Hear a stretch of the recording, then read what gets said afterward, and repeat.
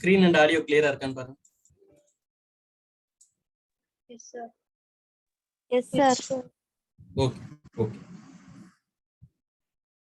So எனக்கு வந்து system of பார்ட்டிகல்ஸ்ல previous year questions last 5 years என்னென்ன கேட்டிருக்காங்க அப்படின்னு சொல்லி பார்க்கலாம்.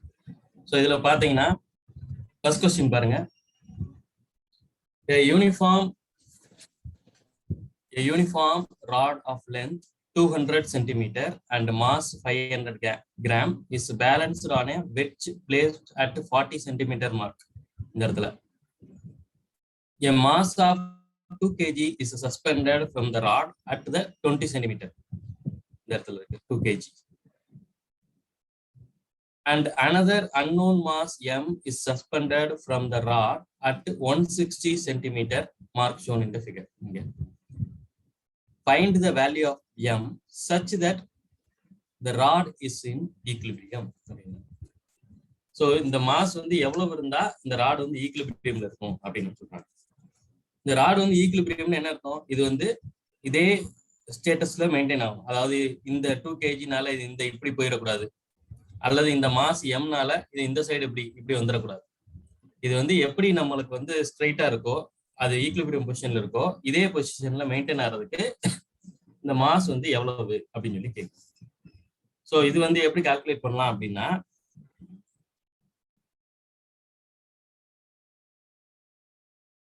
அதாவது equilibrium net moment of force equals to 0 அப்படின்னு சொல்லுவோம். அப்படி இல்லாட்டி net torque on any point வந்து 0 அப்படின்னு சொல்லுவோம். ஸோ இது ஈக்குலிபிரியமா மெயின்டைன் பண்ணணும்னா கண்டிஷன் ஃபார் ஈக்குலிபிரியம்.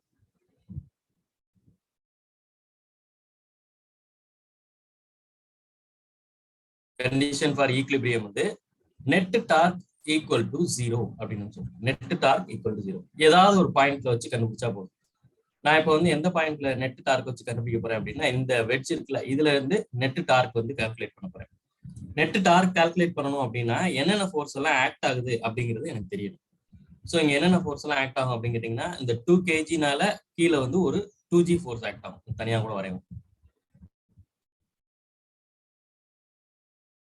கரெக்டா 20 சென்டிமீட்டர் தள்ளி ஒரு 2 kg ஃபோர்ஸ் ஆக்ட் ஆகும்.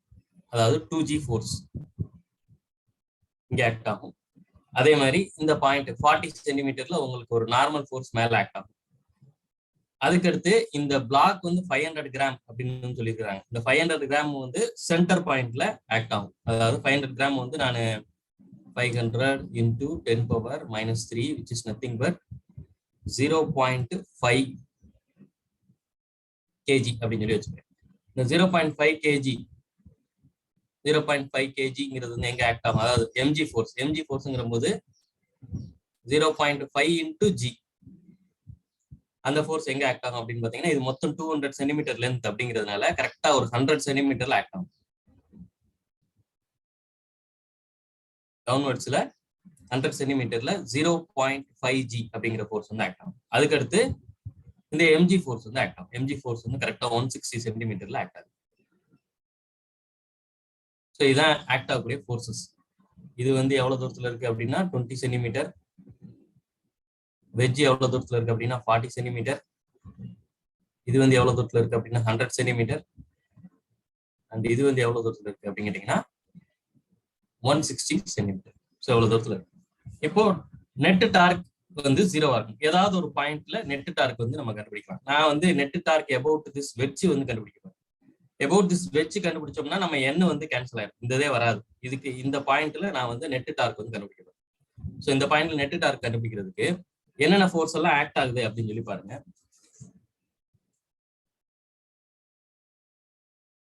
tau net about wedge equal to first வந்து நான் இந்த 0.5g ஃபோர்ஸ் வந்து பாக்குறேன். இந்த பாயிண்ட்ல இருந்து இந்த 5g ஃபோர்ஸ் வந்து எவ்வளவு தூரத்துல இருக்கு அப்படின்னு சொல்லி பார்க்கணும். ஸோ இது எவ்வளவு தூரத்துல இருக்கும்? ஏற்கனவே இது 40 சென்டிமீட்டர், இது ஒரு 100 சென்டிமீட்டர் அப்படிங்கிறதுனால 60 சென்டிமீட்டர் வந்து இடையில இருக்கு. Okay, so torque tau is equal to 60 centimetre அப்படிங்கிறதுனால எவ்வளவு ஃபோர்ஸ் ஆக்ட் ஆகுது? 0.5g 0.5g multiplied by 60 centimetre அப்படின்னு. 60 சென்டிமீட்டர் நான் 0.6 மீட்டரா கூட எடுத்துக்கிறேன். மல்டிப்ளைடு பை 0.6 மீட்டர் இந்த ஃபோர்ஸ் ஆக்ட் ஆகும். இது என்ன டைரக்ஷன்ல ஆக்ட் ஆகுது அப்படின்னு சொல்லி பார்க்கணும். இது என்ன டைரக்ஷன்ல ஆக்ட் ஆகுது அப்படின்னா கிளாக் வைஸ் டைரக்ஷன் போயிட்டு இது கிளாக் வைஸ் டைரக்ஷன்ல இந்த டார்க் வந்து ஆக்ட் ஆகுது. கிளாக் வைஸ் டைரக்ஷனை நம்ம வந்து மைனஸ் போட்டுக்கணும். கிளாக் வைஸ் டைரக்ஷனுக்கு மைனஸ் போட்டுக்கணும். அடுத்து வேற என்ன ஃபோர்ஸ் ஆக்ட் ஆகுதுன்னு பாருங்க. இங்க இருந்து இந்த எம்ஜி ஃபோர்ஸ் வந்து ஆக்ட் ஆகுது. திஸ் எம்ஜி ஃபோர்ஸ் எவ்வளவு தூரத்துல ஆக்ட் ஆகுது? இது ஏற்கனவே 40 சென்டிமீட்டர், இது ஒரு 160 சென்டிமீட்டர். ஸோ 120 சென்டிமீட்டர்ல எம்ஜி ஃபோர்ஸ் கிளாக் வைஸ் டைரக்ஷன்ல ஆக்ட் ஆகுது. அப்ப எகைன் இதுக்கு நீங்க வந்து ஒரு minus mg force multiplied by 120 centimeter, which is nothing but 1.2 meter. அதுக்கடுத்து வேற என்ன ஃபோர்ஸ் ஆக்ட் ஆகுது அப்படின்னு சொல்லி பாருங்க. லெஃப்ட் சைட்ல இந்த 2g ஃபோர்ஸ் வந்து ஆக்ட் ஆகுது. லெஃப்ட் சைட்ல இந்த 2g ஃபோர்ஸ் இருந்து ஒரு இது ஒரு 40, இது ஒரு 20 சென்டிமீட்டர்ல 2g ஃபோர்ஸ் ஆன்டி கிளாக் வைஸ்ல ஆக்ட் ஆகுது. ஸோ இதை பிளஸ்ல எழுதிக்கணும். பிளஸ் 2g ஃபோர்ஸ் ரெண்டுக்கு இடையில இருக்கக்கூடிய டிஸ்டன்ஸ் வந்து 20 சென்டிமீட்டர், 0.2 அப்படின்னு இருக்கு. 0.2. ஓகே. ஸோ இப்போ நீங்க இதெல்லாம் ஈக்குவல் டு 0 அப்படின்னு. இப்போ இது 0.5 இன்டூ ஜி அப்படிங்கிறது வந்து 50 minus 50 into 0.6 minus 10m 12m plus 20 into 0.4 20 into 0.4 equal to 0 அப்படின்னு சொல்றோம். ஸோ இதுல நீங்க m ஒரு சைடு கொண்டு வந்துட்டு மற்ற எல்லாத்தையும் நீங்க கால்குலேட் பண்ணீங்கன்னா உங்களுக்கு எவ்வளவு கிடைக்கும் அப்படின்னு பாத்தீங்கன்னா m will be equal to 1 divided by 12 kg அப்படின்னு சொல்லி m will be equal to 1 divided by 12 kg. இது நீங்க கால்குலேட் பண்ணி பாருங்க. 12m இந்த சைடு கொண்டு வந்துருங்க. 20 into 0.4 50 into 0.6 இது ரெண்டையும் மைனஸ் பண்ணுங்க. 1 வரும் divided by 12. Like this you have to calculate. So rotational equilibrium வந்து ரொட்டேஷனல் ஈக்லிபிரியம் அப்படின்னு சொல்லிட்டு அதுக்கு கண்டிஷன் வந்து டவு நெட் ஈக்குவல் டு 0. ஏதாவது ஒரு பாயிண்ட் எடுத்துக்கலாம். சப்போஸ் இப்போ நம்ம 2g வந்து எடுத்துக்கிட்டோம்னா n கண்டுபிடிக்கிற மாதிரி ஆயிடும். அதனாலதான் நான் n இந்த பாயிண்ட் வந்து நான் ரெஃபரன்ஸா வந்து எடுத்துட்டேன். நீங்க 2gன்னு எடுத்துக்கிட்டீங்கன்னா n ஃபோர்ஸ் மேல ஆக்ட் ஆகும். ஸோ 20 சென்டிமீட்டர்ல n மேல ஆக்ட் ஆகுது. அப்புறம் திரும்ப இவ்வளவு தூரத்துல 5g ஆக்ட் ஆகுது, இவ்வளவு தூரத்துல mg ஆக்ட் ஆகுது அப்படின்னு சொல்லி போட்டுட்டு n திரும்ப கண்டுபிடிக்கிற மாதிரி ஆயிடும். அந்த n கண்டுபிடிக்கிறதுக்கு என்ன பண்ணணும் அப்படின்னு கேட்டீங்கன்னா டிரான்ஸ்லேஷனல் ஈக்லிபிரியம் அப்படின்னு சொல்லுவோம். அது ஒரு ஈக்குவேஷன் போட்டு சப்ஸ்டிட் பண்ணுவோம். அதனால டைரக்டா நம்ம ரொட்டேஷனல் ஈக்லிபிரியத்துக்கு வெஜ் மட்டும் சூஸ் பண்ணிக்கிறோம். இது ரெண்டு மெத்தட்ல பண்ணலாம். இன்னொரு மெத்தட் எப்படி அப்படின்னு கேட்டீங்கன்னா y ஆக்சிஸ்ல என்ன ஃபோர்ஸ் எல்லாம் இருக்கு அப்படின்னு சொல்லி பாருங்க. 2g ஃபோர்ஸ் கீழே ஆக்ட் ஆகுது, 0.5g ஃபோர்ஸ் வந்து கீழே ஆக்ட் ஆகுது, mg ஃபோர்ஸ் வந்து கீழே ஆக்ட் ஆகுது. இது மூணுமே கீழே ஆக்ட் ஆகுது. n ஃபோர்ஸ் மட்டும் மேல ஆக்ட் ஆகுது. So n is equal to 2g plus 0.5g plus mg அப்படின்னு சொல்லிட்டு ஒரு ஈக்குவேஷன் வரும். அதுக்கப்புறம் இங்க இன்னொரு ஈக்குவேஷன் ஃபார்ம் ஆகும். அதுக்கு பெட்டர் டைரக்டா நம்ம வந்து டார்க் ஈக்லிபிரியம் வச்சு சால்வ் பண்ணிக்கலாம்.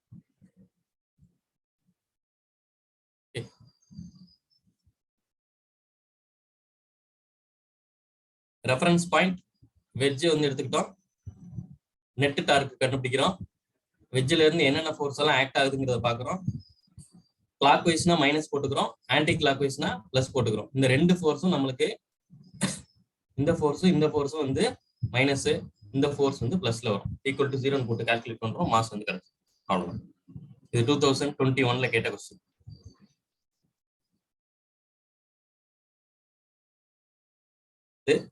இந்த கொஸ்டின்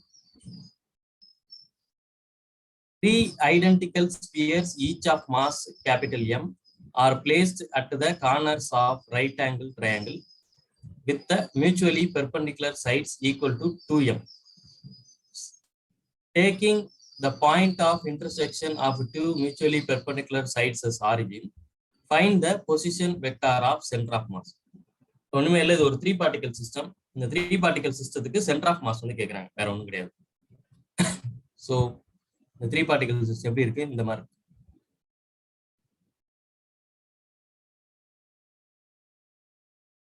இங்க ஒரு மாஸ் இருக்கு, இங்க ஒரு மாஸ் இருக்கு, இங்க ஒரு மாஸ் இருக்கு. Mass m m m. இது ரெண்டுக்கு இடையில இருக்கக்கூடிய டிஸ்டன்ஸ் 2 மீட்டர். இது ரெண்டுக்கு இடையில இருக்கக்கூடிய டிஸ்டன்ஸ் 2 மீட்டர். இப்ப நான் ரெஃபரன்ஸ் வந்து இதுக்கு இப்படி வரையறேன். இதான் இதுக்கான ரெஃபரன்ஸ். வேற கலர் ரெஃபரன்ஸ். இப்ப இதுல centre of mass 3 particle system வந்து பாத்தீங்கன்னா ஃபர்ஸ்ட் இது வந்து 2 டைமென்ஷனலா இருக்கு. இந்த 3 பார்ட்டிகல் சிஸ்டம்னா இப்படி ஏதோ ஒரு கனெக்ஷன் இருக்கும். 2 டைமென்ஷனலா இருக்கிறதுனால இங்க both X centre of mass and Y center of mass ரெண்டுமே வரும். Both X centre of mass and Y center of mass ரெண்டுமே வரும். அதனால ரெண்டு ஆரிஜின் வந்து ரெண்டு ஆக்சிஸ் வந்து வரைஞ்சிக்கிறோம், X axis and Y axis.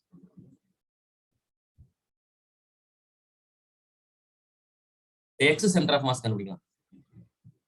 X centre of mass is equal to X centre of மாஸ்க்கு ரெஃபரன்ஸ் லைன் வந்து எது அப்படின்னு கேட்டீங்கன்னா இதுதான் உங்களுடைய எக்ஸ் சென்டர் ஆஃப் மாஸ்க்கு ரெஃபரன்ஸ் லைன்.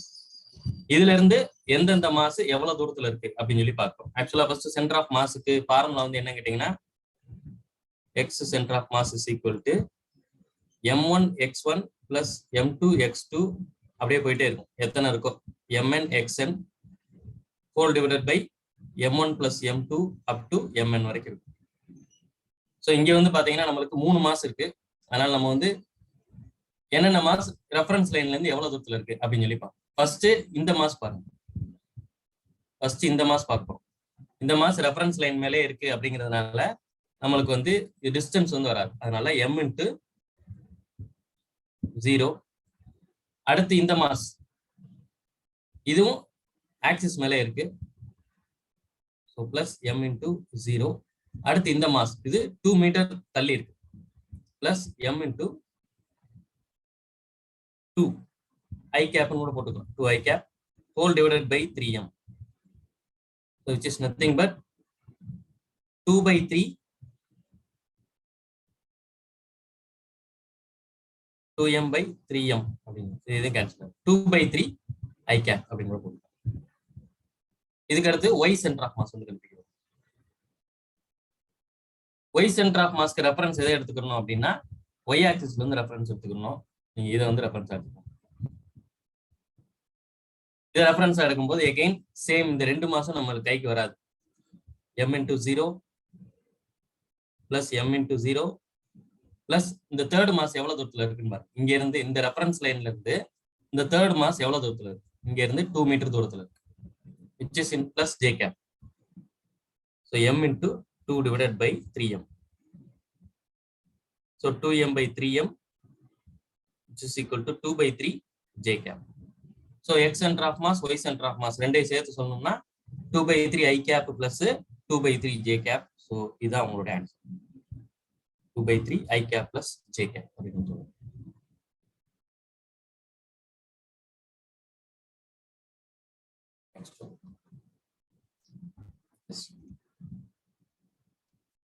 So இதுல என்ன சொல்லிருக்காங்க? Find the torque. சொல்லுங்க. previous page கொஞ்சம் காட்டுங்க.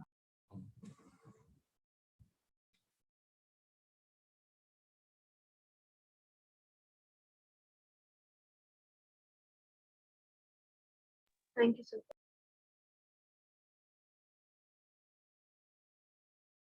So இந்த क्वेश्चन என்ன கேட்டிருக்காங்க? Find the torque about the origin when the force of 3j Newton acts on the particle whose position vector is 2k meter அப்படின்னு சொல்லிருக்காங்க. So torque வந்து with vector ஓட கொடுத்துட்டாங்க. நம்மளுக்கு torque உடைய formula tau vector is equal to r vector cross f vector. r vectorங்கிறது position vector. இங்க position vector வந்து 2k ன்னு சொல்லிருக்காங்க. 2k cap multiplied by force vector வந்து 3j cap. So 2 into 3 வந்து நம்மளுக்கு 6 அப்படின்னு சொல்லி கிடைச்சிரும். நம்மளுக்கு பாத்தீங்கன்னா எல்லாமே 6 தான் இருக்கு. And again 6 into k cap cross j cap அப்படின்னு சொல்றோம். So நம்ம கோஆர்டினேட் ஆக்சிஸ் வந்து பாத்தீங்கன்னா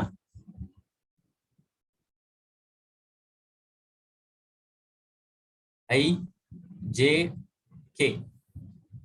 So இதுல வந்து k cap cross j cap அப்படின்னு சொல்லி வந்துச்சுன்னா மைனஸ் ஐன்னு எழுதிக்கணும். ஓகே, கிளாக் வைஸ்லயே வந்துச்சுன்னா அதாவது i cap cross j cap அப்படின்னா k capன்னு வரும். J cap cross K cap அப்படின்னா நம்மளுக்கு வந்து ஐ கேப் அப்படின்னு சொல்லி வரும். அதே இது மாறி வந்துச்சுன்னா K cap cross J cap அப்படின்னு வந்துச்சுன்னா மைனஸ் ஐ கேப். ஸோ இங்க வந்து மைனஸ் ஐ கேப். ஸோ உங்களோட ஆன்சர் வந்து 6 into minus I cap.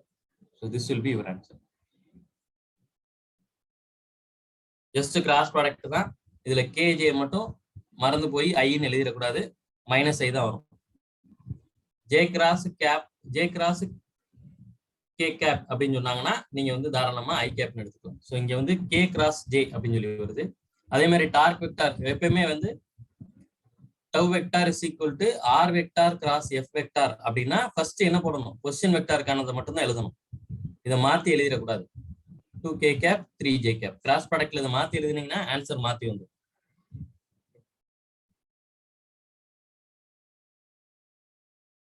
அடுத்து இது கேட்டுக்கிறாங்க. Yes, 2 particles of mass 5 kg and 10 kg respectively are attached to the ends of rigid rod of length 1 meter with a negligible mass. Center of mass of the system from the 5 kg particle is nearly at the distance of அப்படின்னு கேட்கிறேன். So 2 particle systemத்துக்கு center of mass கேட்கிறாங்க. Simple.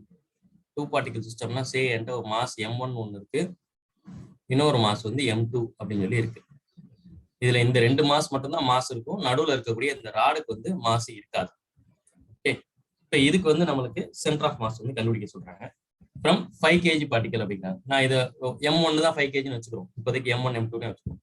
So இது எப்படி நம்ம இது ரெண்டு இடையில இருக்கக்கூடிய டிஸ்டன்ஸ் இது d அப்படின்னு சொல்லி இருந்துச்சுன்னா நம்ம வந்து ரெஃபரன்ஸ் வந்து இதுக்கு மேல ஏதாவது ஒரு மாஸ்க்கு மேல ரெஃபரன்ஸ் போட்டோம்னா நம்மளுக்கு வந்து கால்குலேஷன் ஈஸியா. ஸோ நம்ம இங்க மாஸ் இங்க ரெஃபரன்ஸ் போட்டோம்னா இது x1 தூரத்துல இருக்கு, இது x2 தூரத்துல இருக்கு, m1 x1 plus m2 x2 divided by m1 plus m2 இப்படி போட்டோம்னா நம்மளுக்கு கால்குலேஷன் அதிகமாகும். ஸோ அதனால நம்ம என்ன பண்றோம் அப்படின்னா மாஸ் m1 மாஸ் m2 ரெண்டு இடையில இருக்கக்கூடிய டிஸ்டன்ஸ் d, ரெஃபரன்ஸ் வந்து இதுக்கு மேலே போட்டோம், ஏதாவது ஒரு மாஸ்க்கு மேலே போட்டோம். இந்த ரெஃபரன்ஸ் லைனை இங்க ஷிஃப்ட் பண்ணிடும். அப்படி ஷிஃப்ட் பண்ணும்போது m1 into 0 வந்துடும், கால்குலேஷன் ஈஸியா ஆகும். ஸோ இங்க வந்து பாத்தீங்கன்னா உங்களுக்கு m1 0 plus m2 d divided by m1 plus m2. So center of மாஸ்க்கு சிம்பிள் ஃபார்முலா ஃபார் 2 பார்ட்டிகல் சிஸ்டத்துக்கு இந்த சென்டர் ஆஃப் இந்த ரெண்டு மாஸ் எக்ஸ் ஆக்சிஸ்ல இருக்கிறதுனால இங்க எக்ஸ் சென்டர் ஆஃப் மாஸ் மட்டும்தான் வரும். சப்போஸ் இதே ரெண்டு மாஸ் வந்து ஒய் ஆக்சிஸ்ல இப்படி இருந்துச்சுன்னா ஒய் சென்டர் ஆஃப் மாஸ் மட்டும்தான் வரும். இதே இது இப்படி ஒரு எக்ஸ் ஆக்சிஸ்ல இருக்கு ஒய் ஆக்சிஸ்ல இருக்குன்னா ரெண்டு சென்டர் ஆஃப் மாஸ் வரும். இதுக்கு முன்னாடி நம்ம கால்குலேட் பண்ணுது. இது எக்ஸ் ஆக்சிஸ்ல இருக்கு ஒய் ஆக்சிஸ்ல இருக்கு, எக்ஸ் ஆக்சிஸ்ல இருக்கு ஒய் ஆக்சிஸ்ல இருக்கு, அதனால நம்மளுக்கு ரெண்டு சென்டர் ஆஃப் மாஸ் வந்துச்சு. இது வந்து எக்ஸ் ஆக்சிஸ் மட்டும்தான் இருக்கு, so X centre of mass மட்டும்தான் வரும். So X centre of mass is equal to m2d divided by m1 plus m2. இதான் உங்களுடைய ஃபார்முலா. லாஸ்ட் இயர் கூட இதே கொஸ்டின் வந்து 2022லயும் இதே கொஸ்டின் வந்து. ஸோ இவங்க வந்து 5 kgல இருந்து எவ்வளவு தூரம் அப்படின்னு சொல்லி கேட்கிறாங்க. ஸோ இதை நான் 5 kgன்னு வச்சுக்கிறேன், இதை 10 kgன்னு வச்சுக்கிறேன். இது ரெண்டு இடையில இருக்கக்கூடிய டிஸ்டன்ஸ் வந்து 1 மீட்டர். அவங்க வந்து எல்லாமே சென்டிமீட்டர்ல கொடுத்துருக்கறதுனால நான் இதை வந்து 100 சென்டிமீட்டர் அப்படின்னு சொல்லி எடுத்துக்கிறேன். ஆன்சர் சென்டிமீட்டர்ல இருக்கனால நான் 100 சென்டிமீட்டர்னு வச்சுக்கிறேன். So m2d is nothing but 10 kg multiplied by 100 centimeter divided by total mass வந்து 15 kg. 5 plus 10 total mass வந்து 5 plus 10 15 kg, which is nothing but 5 plus 10 1000 divided by 15. So 1000 divided by 15 அப்படின்னு போட்டீங்கன்னா உங்களுக்கு வந்து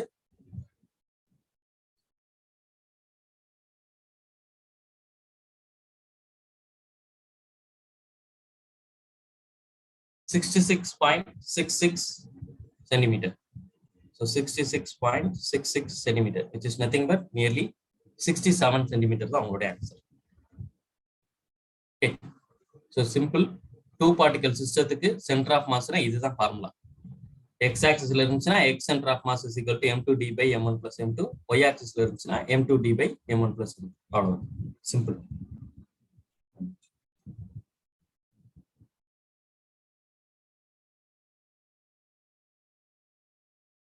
Next one.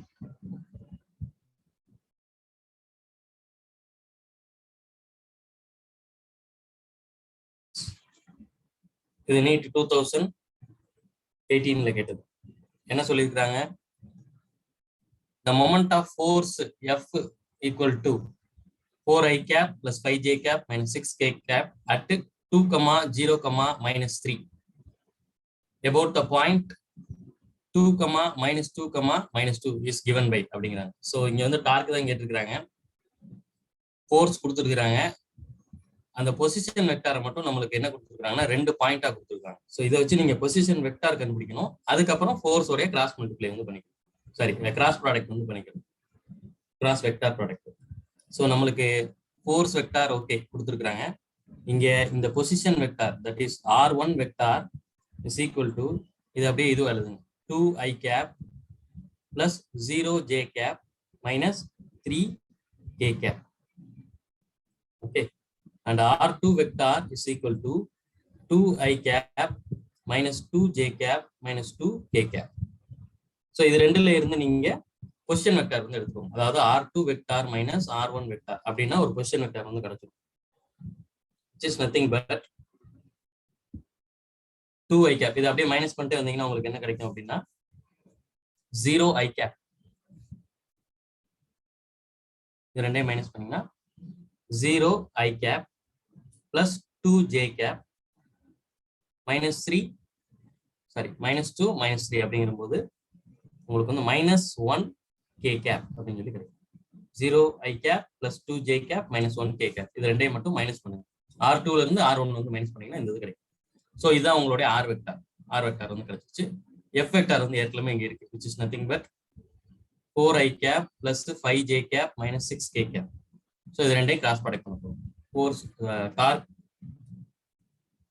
tau vector is equal to r vector cross f vector. கவனமா இருக்கணும், first r vector, ரெண்டாவது தான் f vector.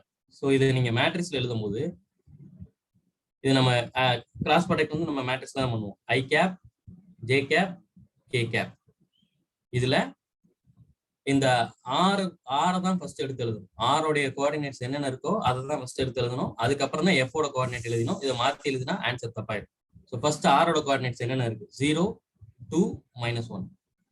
0, 2, -1. அதுக்கடுத்து 4, 5, -6. 4, 5, -6. ஸோ இதை நீங்க வந்து வெக்டார் ப்ராடக்ட் வந்து பாருங்க. i cap is equal to -6 into 2 minus 6 into 2. இது minus 1 into 5 minus j cap 0 minus 6 into 0 minus 1 into 4 plus k cap 0 into 5 minus 2 into 4. So இதெல்லாம் நீங்க கால்குலேட் பண்ணீங்கன்னா உங்களுக்கு -7i cap plus 4j cap அப்படின்னு சொல்லி வரும். அதுக்கு அடுத்து plus -8k cap அப்படின்னு வரும். ஸோ ஒரு option is -7i cap -4j cap -8k cap. So இதுல r வெக்டாருக்கு பதிலாக அப்படி கொடுத்துருக்காங்க. இது r2 எடுத்துக்கோங்க, இது r1 எடுத்துக்கோங்க. ரெண்டையும் வந்து பொசிஷன் வெக்டார் கண்டுபிடிச்சிட்டு அதுக்கப்புறம் வந்து f வெக்டாரோட கிராஸ் ப்ராடக்ட். Next.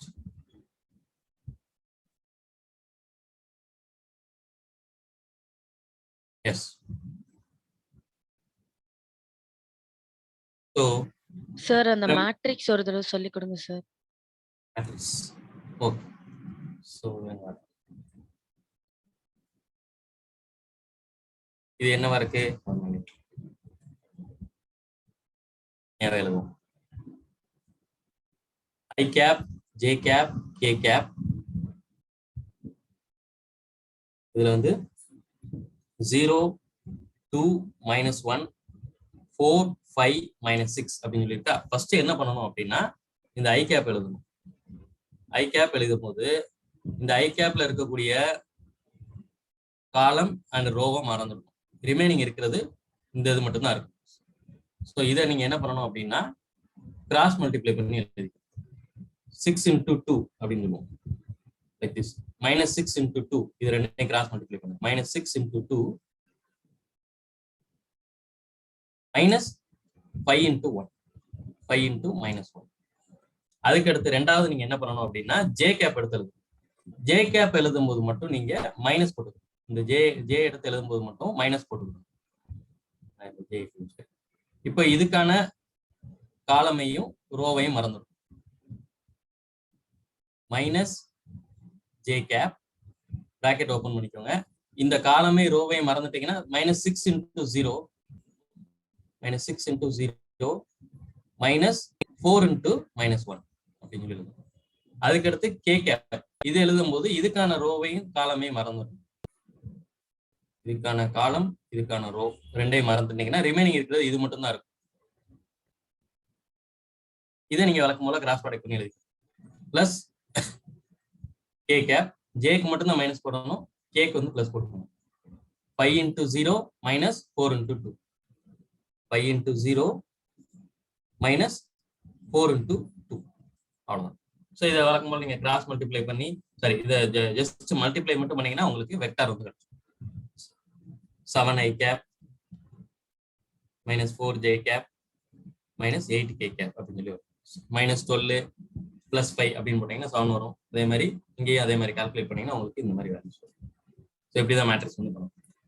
மேட்ரிக்ஸ் பண்ணும்போது ஐ ஃபர்ஸ்ட் எடுத்துக்கிட்டீங்கன்னா அதை மறந்துடணும். அதுக்கான ரோவையும் காலமையும் மறந்துட்டு ரிமைனிங் வச்சுட்டு கிராஸ் மல்டிப்ளை பண்ணி எழுதிக்கணும். அதே மாதிரி ஜேக்கு அதனுடைய ரோவையும் காலமையும் மறந்துட்டு ரிமைனிங் என்ன இருக்கோ அதை கிராஸ் மல்டிப்ளை பண்ணி எழுதிக்கணும். அதே மாதிரி கேக்கு அதனுடைய ரோவையும் காலமையும் மறந்துட்டு ரிமைனிங் இருக்கிற கிராஸ் மல்டிப்ளை பண்ணி. ஓகே,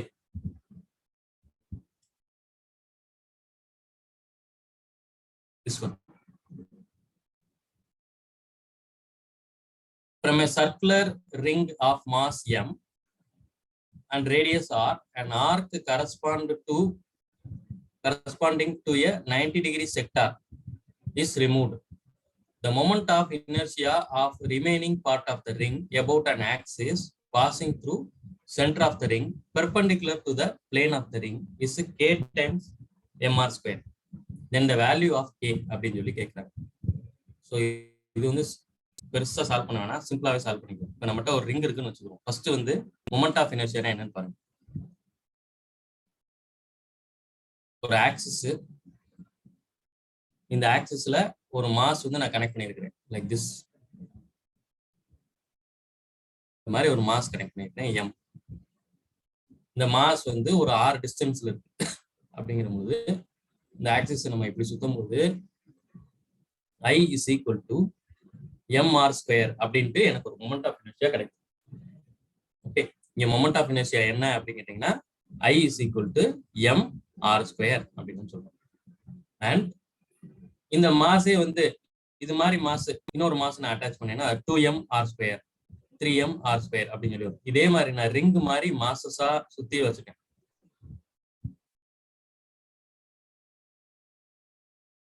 இந்த மாதிரி ரிங் மாதிரி ஒரு மாசா வச்சு ஃபார்ம் பண்ணிட்டேன் அப்படின்னா இந்த எல்லா மாசும் சேர்த்து கேபிட்டல் எம் அப்படின்னு வந்து வச்சுக்கோங்க. இப்போ உங்களுடைய moment of inertia I is equal to mr square அப்படின்னு சொல்லி மாறி. ஸோ ரிங்குக்கு வந்து மொமெண்ட் ஆஃப் இனர்ஷியா வந்து என்னவா இருக்கும் அப்படின்னு கேட்டீங்கன்னா, அதாவது axis passing through centre and perpendicular to the plane of the ring, அதுக்கு வந்து mr square அப்படின்னு. அதாவது ஒரு ரிங் இப்படி இருக்குன்னு வச்சுக்கோங்க.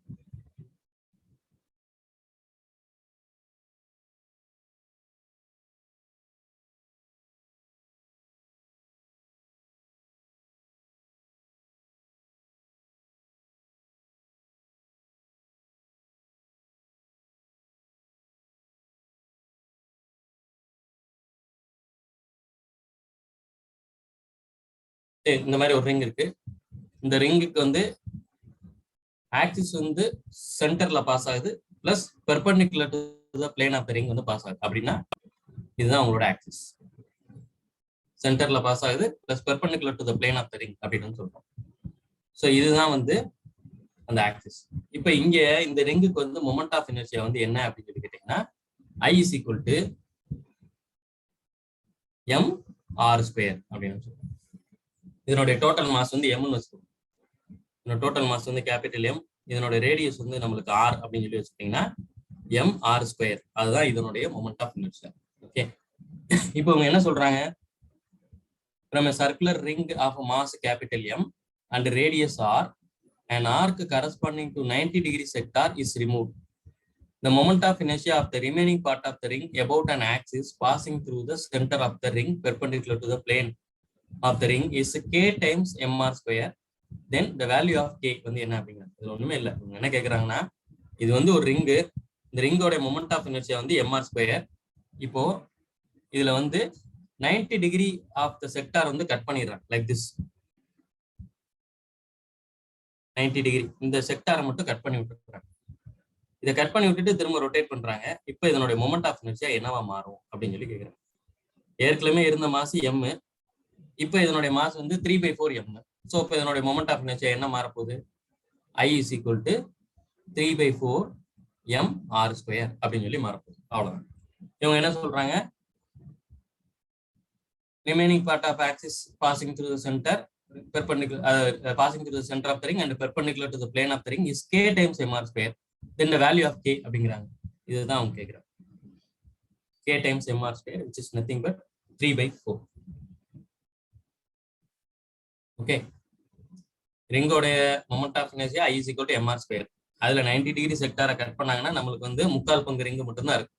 ஸோ அப்போ மாஸ் வந்து 3/4 பங்கு மட்டும்தான் இருக்கு. 3/4 ஆஃப் த மாஸ் தான் இருக்கு. ஸோ 3/4 mr ஸ்கொயர்னு வரும்போது அந்த k டைம்ஸ் சொல்லிக்காங்க. அந்த k-ஓட வேல்யூ வந்து என்னன்னு கேட்குறாங்க. ஜஸ்ட் 3/4. இது கால்குலேஷன்லாம் பெருசா பண்ண வேண்டாம்.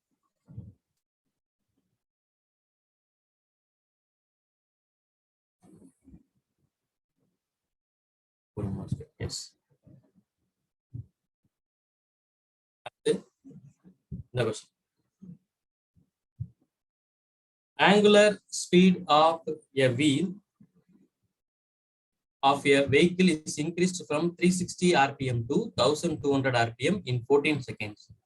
Its angular acceleration is அப்படின்னு கேட்குறாங்க. ஸோ 4 ஆப்ஷன் கொடுத்துருக்காங்க. 2π radian per second square இதெல்லாம் கொடுத்துருக்காங்க. 2020 கேட்ட கொஸ்டின். ஸோ இது வந்து என்னன்னா நம்ம v is equal to u plus at ஃபார்மேட்ல in terms of rotational motion வந்து எழுத போறோம். வேற ஒண்ணுமே இல்லை. ஸோ இனிஷியல் ஆங்குலர் ஸ்பீடு வந்து என்ன அப்படின்னு சொல்லி பாருங்க. இனிஷியல் ஆங்குலர் ஸ்பீட் நான் அதை வந்து ஒமேகா நாட்னு வச்சுக்கிறேன். Initial angular speed is omega not which is nothing but 360 rpm. 360 rpm. இந்த 360 rpm 2π f0 அப்படின்னு சொல்லி எழுதுறோம். 2π f0. இந்த f வந்து 2π f க்கு பதிலா 360/60 ரேடியன் பெர் செகண்ட் அப்படின்னு சொல்லி மாத்துறேன். ஓகே, இந்த ஆங்குலர் ஸ்பீடை வந்து நான் இந்த மாதிரி மாத்திடுறேன். ரேடியன் பெர் செகண்டுக்கு மாத்திடுறேன். ஆர்பிஎம் வந்து நான் ரேடியன் பெர் செகண்ட் மாத்துறதுக்கு இதுதான் 2π f0 360/60 which is nothing but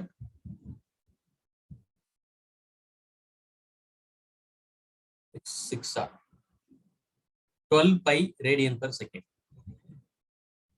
இதே மாதிரி ஃபைனலுக்கு கண்டுபிடிக்கும். Final angular speed,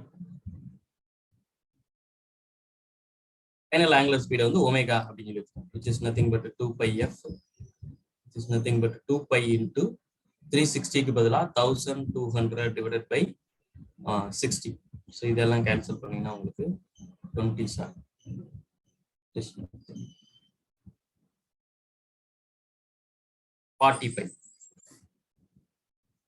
40π radian per second. So எனக்கு இனிஷியல் ஸ்பீடும் கிடைச்சிருச்சு, ஃபைனல் ஸ்பீடும் கிடைச்சிருச்சு. Initial angular velocity, final angular velocity, angular speed இது ரெண்டும் கிடைச்சிருச்சு. இதை வச்சுட்டு டைம் வந்து அவங்க கொடுத்துருக்காங்க. எவ்வளவு கொடுத்துருக்காங்க? டைம் வந்து 14 செகண்ட்ஸ் அப்படின்னு கொடுத்துருக்காங்க. அவ்வளவுதான்.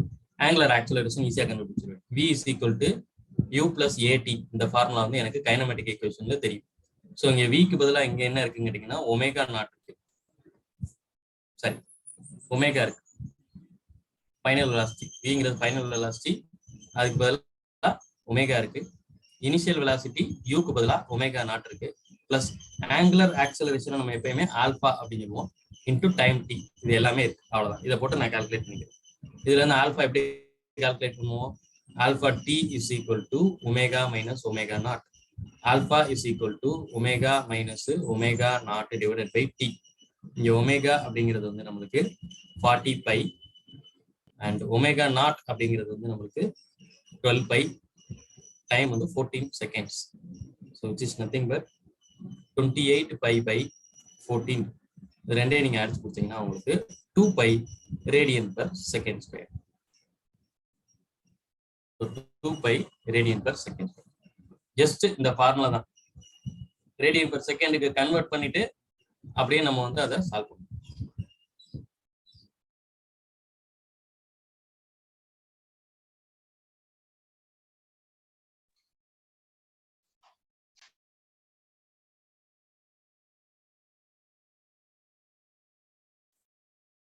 Next.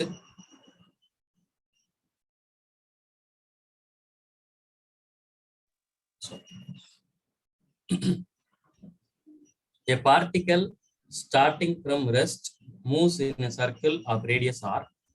It attains a velocity v0 meter per second in nth round. Its angular acceleration will be. Its angular acceleration will be. So, இது நம்ம third equation ல இருந்து சால்வ் பண்ணி கொண்டு வரலாம். Third equation வந்து என்னன்னு கேட்டீங்கன்னா omega square v square minus u square equal to 2as equal to v square minus u square க்கு பதிலா omega naught square equal to 2as 2 into alpha into இங்க டிஸ்பிளேஸ்மென்ட் வந்து angular displacement எடுத்துக்கணும் theta. இது வச்சு தான் கண்டுபிடிக்க போறோம். ஓகே, இது initial angular velocity, final angular velocity. omega நாட்ங்கிறது வந்து இனிஷியல் angular velocity, ஒமேகாங்கிறது வந்து ஃபைனல் angular velocity, ஆல்பாங்கிறது வந்து angular displacement, angular acceleration, and தீட்டாங்கிறது வந்து angular displacement.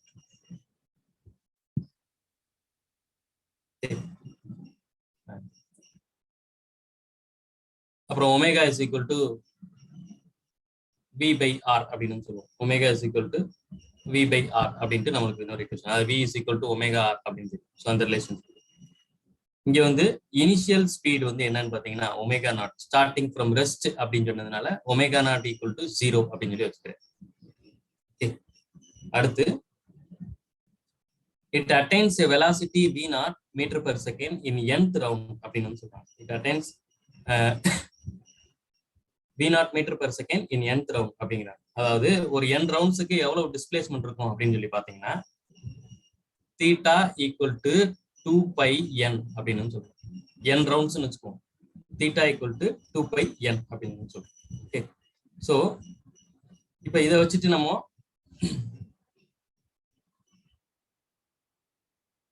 தீட்டா வந்து வச்சுக்கணும். சரி, சைட்ல இருக்கும். Theta equal to 2 pi n. அதே மாதிரி இந்த omega equal to v by r அப்படின்னு சொல்றோம். அதாவது v0 by r அப்படின்னு சொல்றோம். v0 by r.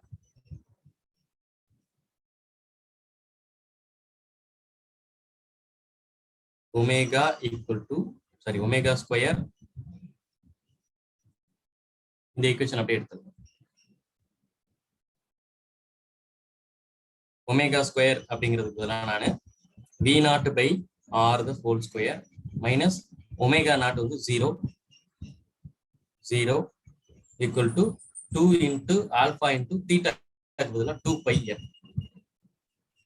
அவ்வளவுதான். இதை கால்குலேட் பண்ணீங்கன்னா உங்களுக்கு ஆன்சர் எவ்வளவு வரப்போகுது? அவங்க வந்து ஆங்குலர் ஆக்சலரேஷன் கேட்கிறாங்க. Alpha is equal to v0 square by 4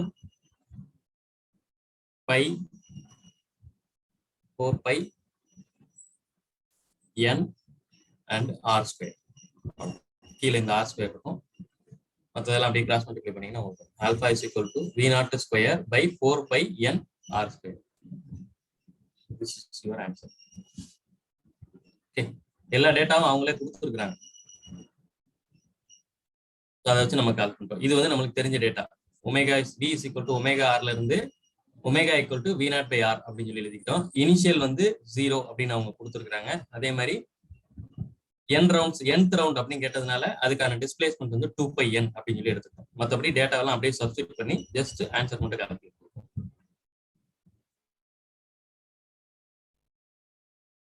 இதுக்கு அடுத்து கிராவிடேஷன்.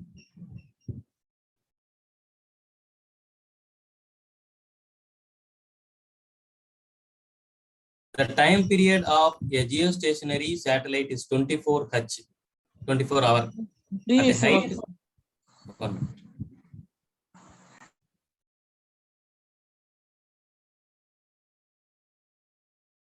Thank you sir.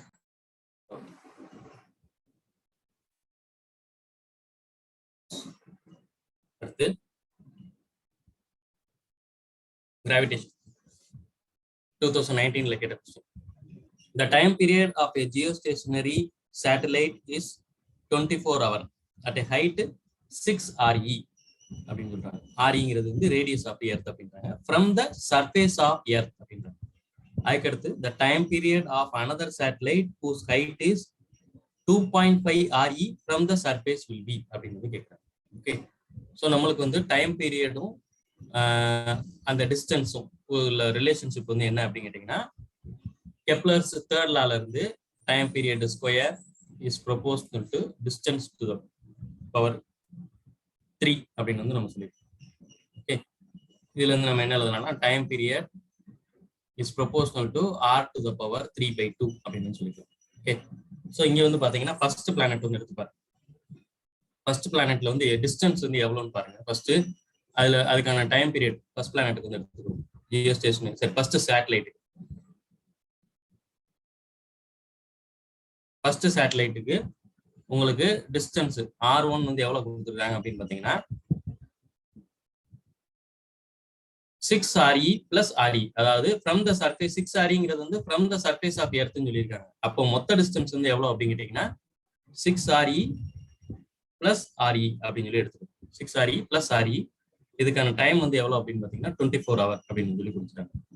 செகண்ட் சேட்டலைட்டுக்கு பாத்தீங்கன்னா உங்களுக்கு R2 is equal to 2.5 RE, அதுவும் ஃப்ரம் த சர்ஃபேஸ் தான். 2.5 RE plus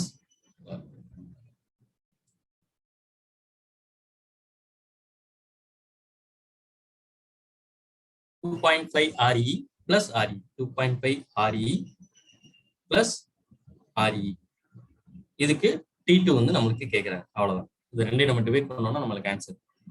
நம்ம இந்த ஃபார்முலா அப்படியே யூஸ் பண்ணோம்னா T1 by T2 is equal to R1 by R2 to the power 3/2 அப்படின்றோம்.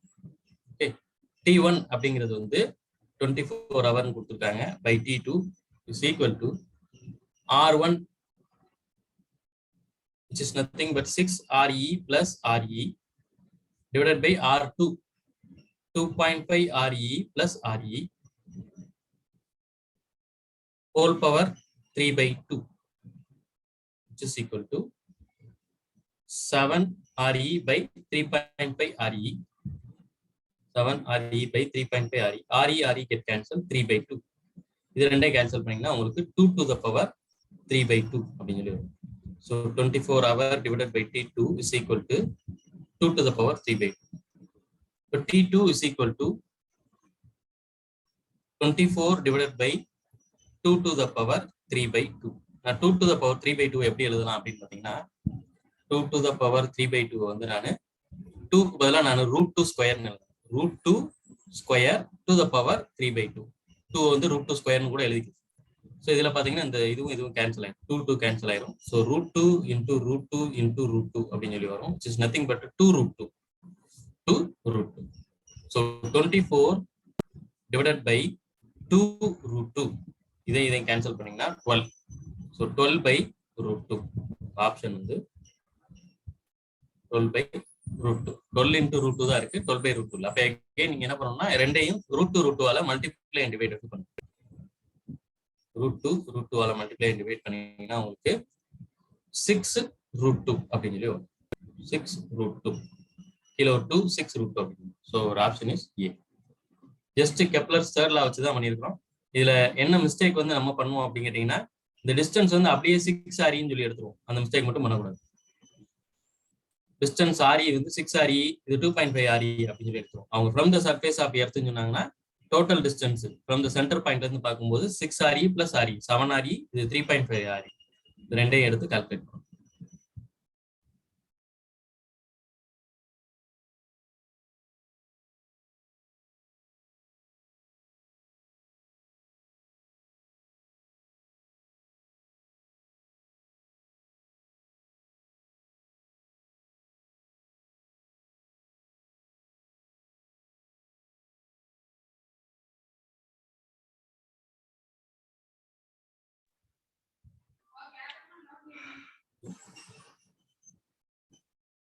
நெக்ஸ்ட்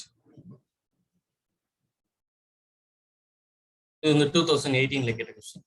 ஸோ இதுல என்ன சொல்லியிருக்காங்க அப்படின்னா, the kinetic energies of a planet in an elliptical orbit about the sun at positions A, B, and C are Ka, Kb, and Kc respectively. AC is major axis, SB is perpendicular to AC at the position of sun S as shown in the figure. Then அப்படின்றாங்க. அதாவது like this, இந்த மாதிரி இருக்கு. இதுதான் சன்னு. இதுல ரெண்டு இடத்துல உங்களுக்கு வந்து வெலாசிட்டி, இது கைனடிக் எனர்ஜி வந்து சொல்றாங்க. அதாவது point A, point B and point C அப்படின்னு சொல்லி கேட்கறாங்க. ஸோ இதுல எந்த இடத்துல வந்து உங்களுக்கு கைனடிக் எனர்ஜி அதிகமா இருக்கும் கம்மியா இருக்குங்கிற மாதிரி ரிலேஷன்ஷிப்ல வந்து கேட்கறாங்க. ஓகே, ஃபர்ஸ்ட் இதுல நம்ம வந்து பெரிகினா என்ன, அப்போகினா என்ன அப்படிங்கிறது வந்து தெரியும். பெரிகி அப்படின்னு சொல்லுவோம். பெரிகி அல்லது பெரிஹிலியன் டிஸ்டன்ஸ் அப்படின்னு சொல்லுவோம். அப்படி இல்லாட்டி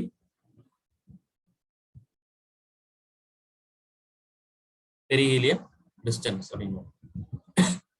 பெரிகி அல்லது பெரிஹீலியன் அப்படின்னா இந்த distance, smallest distance between sun and the planet, இந்த இடத்துல தான் இருக்க போகுது. இது ஸ்மாலஸ்ட் டிஸ்டன்ஸ். அதே மாதிரி அப்போகி அப்படின்னு சொல்லுவோம். அப்போகி ஆல் அப்ஹீலியன் அப்படின்னு சொல்லுவோம். Like this.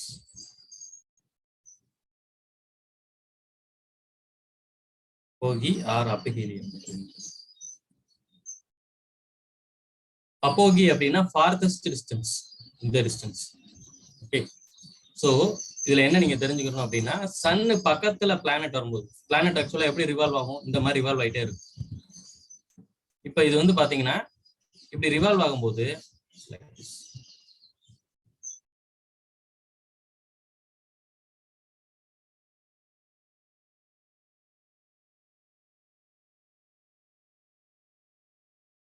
இதான் பிளானட்னு வச்சுக்கோங்க.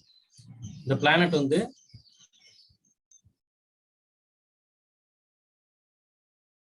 வந்து சன்னை சுத்தி ரிவால்வ் ஆகிட்டே இருக்கும் போது,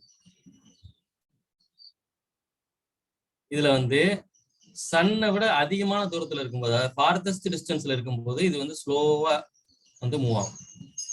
இந்த கேப்ல, இந்த ரெண்டு இடையில இருக்க கேப்ல மீடியம் ஸ்பீட்ல போகும். இங்க வந்து ஸ்பீடா வந்து மூவ் ஆகும்.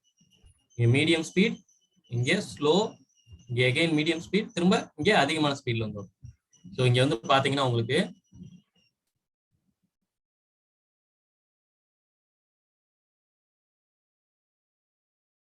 இந்த இடத்துல உங்களுக்கு மினிமம் ஸ்பீட் இருக்கும், வி மினிமம்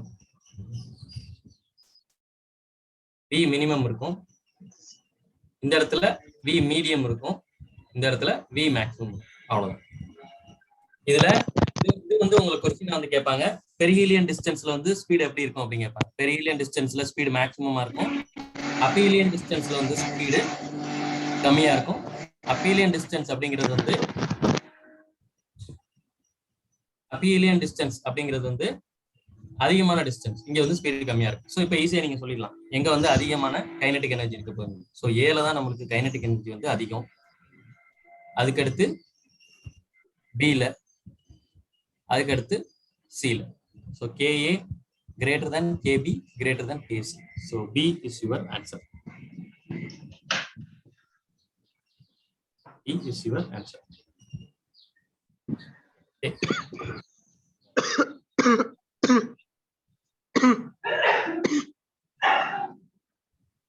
அடுத்து, a body weighs 72 Newton on the surface of Earth. What is the gravitational? சொல்லுங்க. Sir, again teach பண்ணுங்க. Previous slide. ஆமா sir.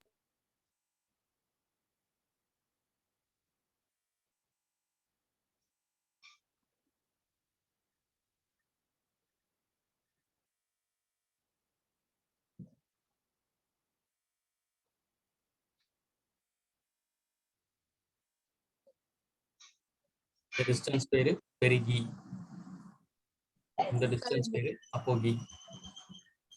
இங்க ஸ்பீடு வந்து மினிமமா இருக்கும், இங்க ஸ்பீடு வந்து மேக்ஸிமமா இருக்கும். இதுவுமே ஒரு क्वेश्चन கேட்பாங்க. இங்க ஸ்பீடு வந்து மீடியமா.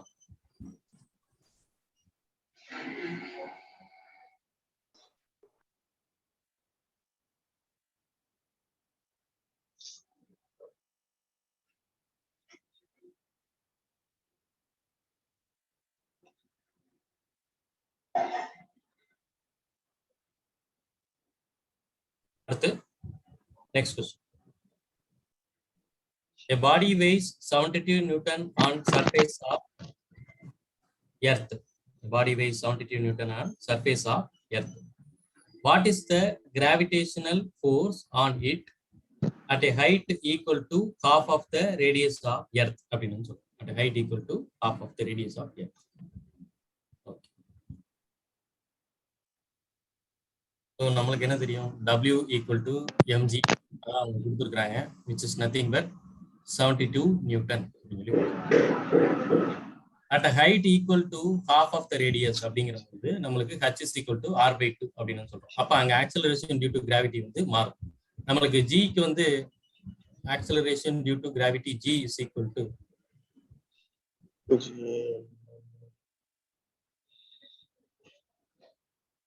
g dash is equal to g into r by r plus h the whole square அப்படின்னு சொல்றோம். G dash is equal to g into r by r plus h the whole square. G into at some height, இது நம்ம பார்க்கிறது வந்து at some height, இது வந்து formula. G dash is equal to g into r plus h the whole square. இங்க வந்து height வந்து r/2 அப்படின்னு சொல்றாங்க. So g is equal to r divided by r plus r/2 the whole square. It is nothing but g into 4r square. இதெல்லாம் நீங்க இது பண்ணீங்கன்னா 4r square divided by 9r square அப்படின்னு சொல்லி வரும். ஸோ இது வந்து 2r 3r மேல போகும்போது இது ஒரு 2r ஸ்கொயர் பண்ணீங்கன்னா 4r square by 9 அப்படின்னு சொல்லி வரும். ஸோ இவர் g dash is equal to 4/9 g அப்படின்னு சொல்லி வரும். இந்த r square கேன்சல் ஆயிடும். 4/9 g. ஓகே, 4/9 g அப்படிங்கிற போது அந்த ஹைட்ல வந்து உங்களுடைய ஆக்சலரேஷன் டியூ டு கிராவிட்டி, அதாவது at height h is equal to r/2 ல உங்களுடைய acceleration due to gravity g dash is equal to 4/9 g அப்படின்னு சொல்றோம். அப்ப இங்க வெயிட் வந்து என்னவா இருக்கும் அப்படின்னு சொல்லி கேட்டீங்கன்னா w dash is equal to mg dash. W dash equal to mg dash, which is nothing but 4/9 into mg. G dash பதிலா நான் இப்படி எழுதுறேன், m into 4/9 g அப்படின்னு சொல்லி எழுதுறோம். இதுல again mg into 4/9 அப்படின்னு சொல்லி எழுதலாம்.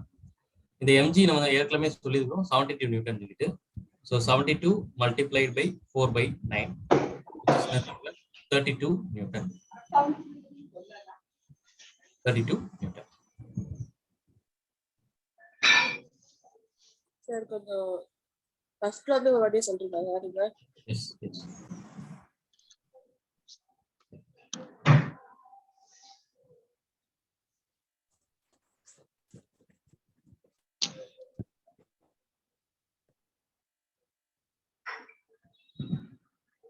சார் கொஞ்சம்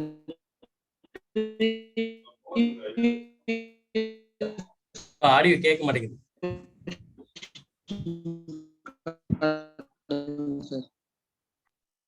நீங்க பேசுறது கேட்கலப்பா, ஆடியோ கேட்கல. previous question. இது திரும்ப நான் நடத்துறேன், ரெண்டாவது நடத்துறேன், இதை கவனிங்க. சேம் கொஸ்டின் தான், அதை நான் அழிச்சிட்டேன், திரும்ப நடத்துறேன் உங்களுக்கு. A body weighs 72 Newton on surface of Earth. So surface of Earthல வந்து எவ்வளவு weight இருக்கும்? W is equal to mg, which is equal to 72 Newton அப்படின்னு சொல்லியிருக்கிறோம். ஓகே, அதுக்கு what is the gravitational force on it at height equal to half of the radius of Earth? Gravitational force அப்படிங்கிறது இதுதான், W equal to mg தான் சொல்றாங்க. Okay, 1 minute. இப்ப mute பண்ணிக்கோங்க.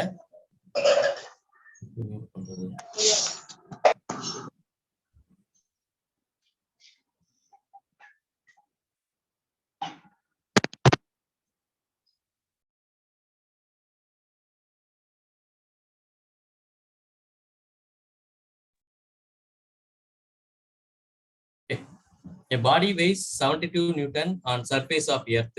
What is the gravitational force on it at height equal to half of the radius of Earth அப்படின்றாங்க. So நம்ம எர்த்ல வந்து gravitational force எவ்வளோ, அதாவது வெயிட் ஃபோர்ஸ் வந்து எவ்வளோன்னு பாத்தீங்கன்னா 72 நியூட்டன் இருக்கு. எர்த்ல இருந்து ஒரு r/2 சே இது ரேடியஸ் ஆஃப் எர்த் வந்து r. இந்த இடத்துல ஒரு மாஸ் வந்து வச்சிருக்கிறீங்க. இந்த மாஸ் வந்து உங்களுக்கு 72 நியூட்டன் வெயிட் காமிக்குது. அடுத்து இவங்க என்ன சொல்றாங்கன்னா at a height equal to half of the radius, சே இந்த இடத்துல at a height h is equal to r/2, இந்த இடத்துல இதே மாசை கொண்டு போய் வச்சிருந்தோம்னா இங்க வந்து என்ன வெயிட் வந்து காமிக்கும் அப்படின்னு வந்து கேட்கறாங்க. W டேஷ் வந்து என்ன அப்படின்னு சொல்லி கேட்கறாங்க. அதாவது இங்க வந்து நம்மளுக்கு 72 நியூட்டன்ங்கிறது நம்ம mg அப்படின்னு வந்து சொல்லிடுவோம். இங்க வந்து பாத்தீங்கன்னா எனக்கு mgயா இருக்காது. ஆக்சுவலா இங்க வந்து gravity acceleration due to gravity height போக போக நம்மளுக்கு மாறும். சோ mg டேஷ் வந்து என்ன அப்படின்னு சொல்லி கேட்கறாங்க. ஓகே, இங்க இருக்கக்கூடிய இது mg ஈக்குவல் டு 72 நியூட்டன் சொல்லிட்டோம். இங்க mg டேஷ் வந்து என்ன அப்படின்னு சொல்லி கேட்கறாங்க. சோ அப்ப நம்ம வந்து g டேஷ் பர்டிகுலர் ஹைட்ல வந்து g டேஷ் வந்து எவ்வளவு இருக்குன்னு பார்க்கணும். Acceleration due to gravity at some height எவ்வளவு அப்படின்னு சொல்லி பார்க்கணும். So acceleration due to gravity at some height gh கூட வச்சுக்கிறோமே, g டேஷ் கூட வேணாம் உங்களுக்கு, ஹைட்ங்கற g சஃபிக்ஸ் h னு வச்சுக்கிறோம்.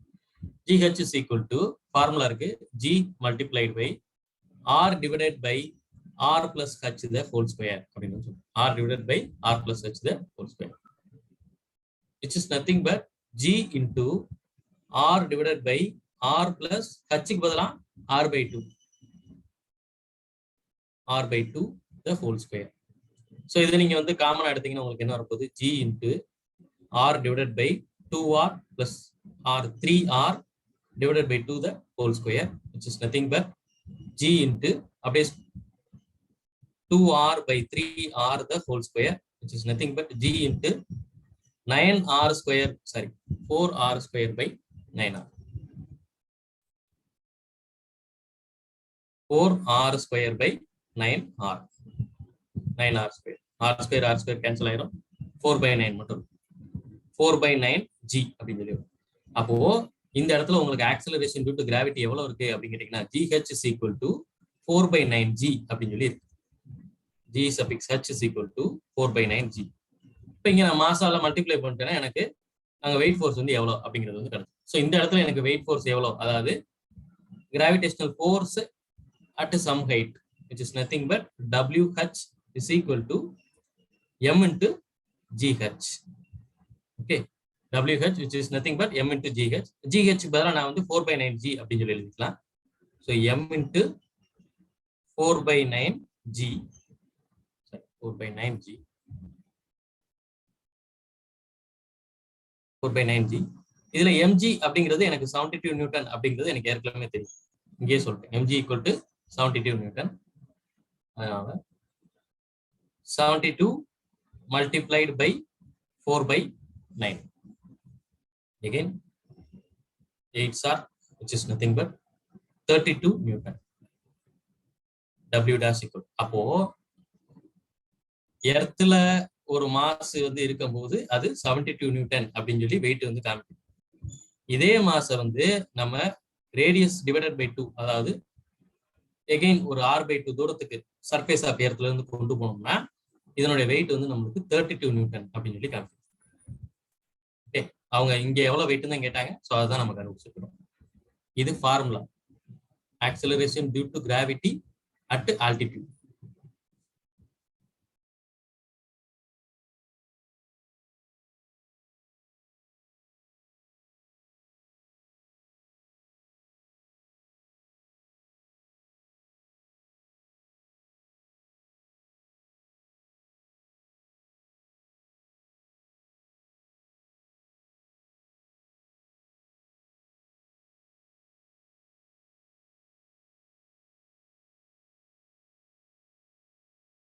Your option is 32 Newton.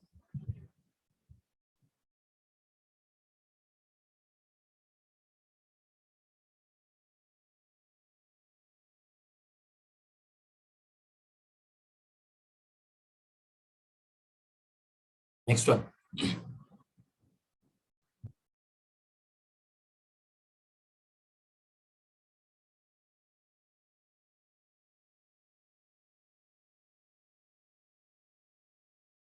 Assuming that gravitational potential energy of an object at infinity is 0, the change in potential energy final minus initial of an object of mass m when taken to a height h from the surface of earth is given by அப்படின்னு சொல்றாங்க. இவங்க என்ன சொல்றாங்கன்னா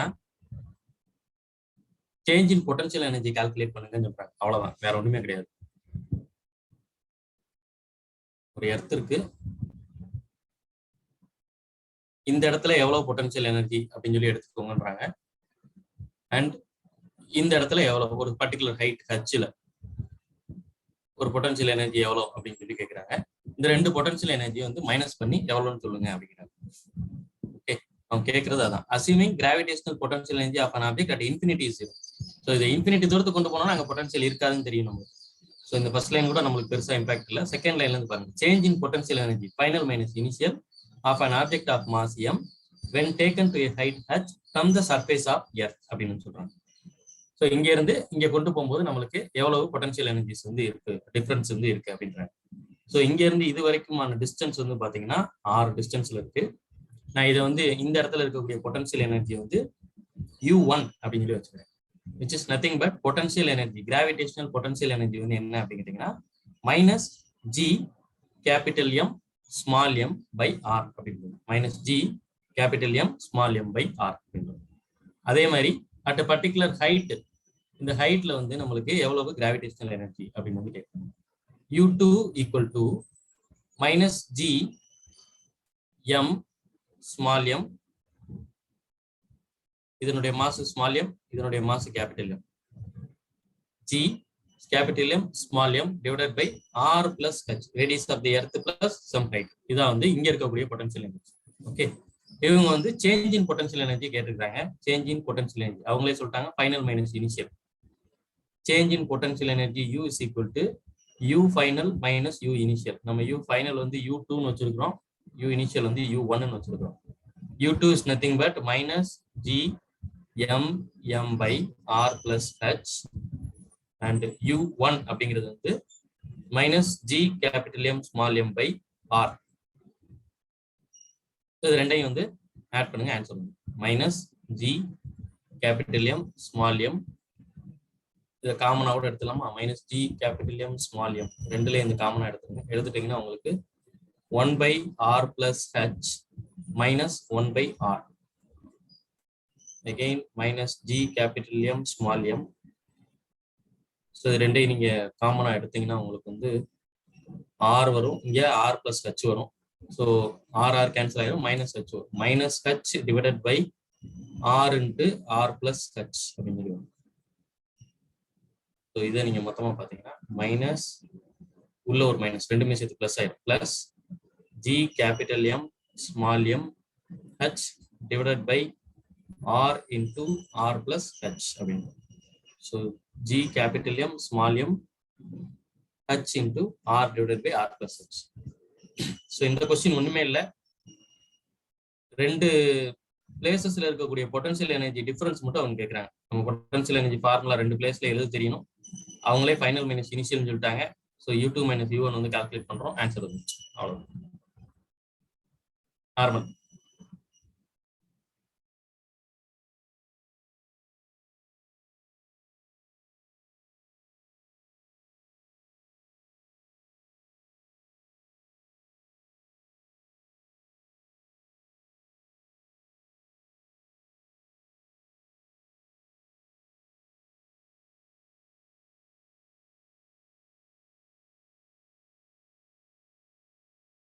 அடுத்து சொல்லுங்க. அங்க equal to minus G M capital small n into minus h by r into r plus h, அது எப்படி சார் வந்துச்சு? இது காமன் எடுத்துருங்கப்பா. இந்த இதுல இது ரெண்டுக்கும் காமன் எடுத்தீங்கன்னா என்ன வரும்? C 1 by r plus h minus 1 by r அப்படின்னு சொல்லி இருக்கு. இது ரெண்டையும் நான் காமனா எடுக்க போறேன். கீழே வந்து r into r plus h அப்படின்னு சொல்லி போடுவோம். கீழே மல்டிப்ளை பண்ணிக்குவோம். இங்க வந்து r டைம்ஸ் வரும், r மைனஸ் இங்க வந்து r பிளஸ் h டைம்ஸ் வரும், r plus h times. So இதுல பாத்தீங்கன்னா r கேன்சல் ஆயிடும். Minus h by r into r plus h, minus h by r into r plus h. Just நீங்க ஒரு 3/2 minus ஒரு 4/5 common எடுத்ததுன்னா எப்படி எடுப்பீங்க? 2 into 5 போடுவீங்க, 10 வந்துடும். ஓ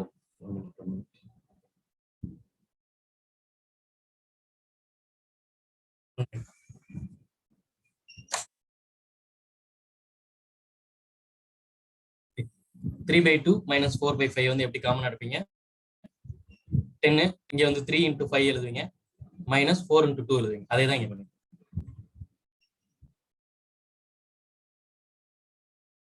எல்சிஎம் எடுத்து மேல வந்து மல்டிப்ளை பண்ணி போட்டுருங்க. ஸோ அது பண்ணி நம்மளுக்கு இந்த ஆன்சர் வரும்.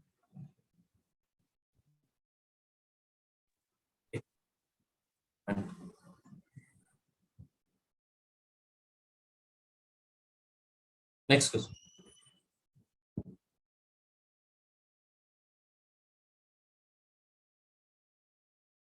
A body weighs 200 Newton on surface of Earth. How much will it weigh halfway down the center of the Earth? இதுக்கு முன்னாடி கொஸ்டின் கேட்டதுக்கு அப்படியே ஆப்போசிட். அதுல வந்து என்ன சொல்லியிருந்தாங்க? இந்த கொஸ்டின்ல வந்து 72 newton on surface of earth, h/2ங்கிற ஹைட்ல வந்து எவ்வளவு வெயிட் இருக்கு அப்படின்னு சொல்லி கேட்டிருந்தாங்க. இங்க வந்து அப்படியே டெப்த்ல கேட்டுக்கிறாங்க. சர்ஃபேஸ் ஆஃப் எர்த்ல வந்து 200 newton, half the radius of the earth, அதாவது half the way down the earth அப்படின்னா half the radius of earthல வந்து இங்க வெயிட் வந்து எவ்வளவு அப்படின்னு வந்து கேக்குறாங்க. அவ்வளவுதான். சோ இங்க வெயிட் ஃபார்முலா யூஸ் பண்ணணும். அதாவது டெப்த்துக்கு ஒரு கிராவிடேஷன் யூஸ் பண்ணி இங்க ஜி கண்டுபிடிச்சு நம்ம கண்டுபிடிக்க வேண்டியதான். So here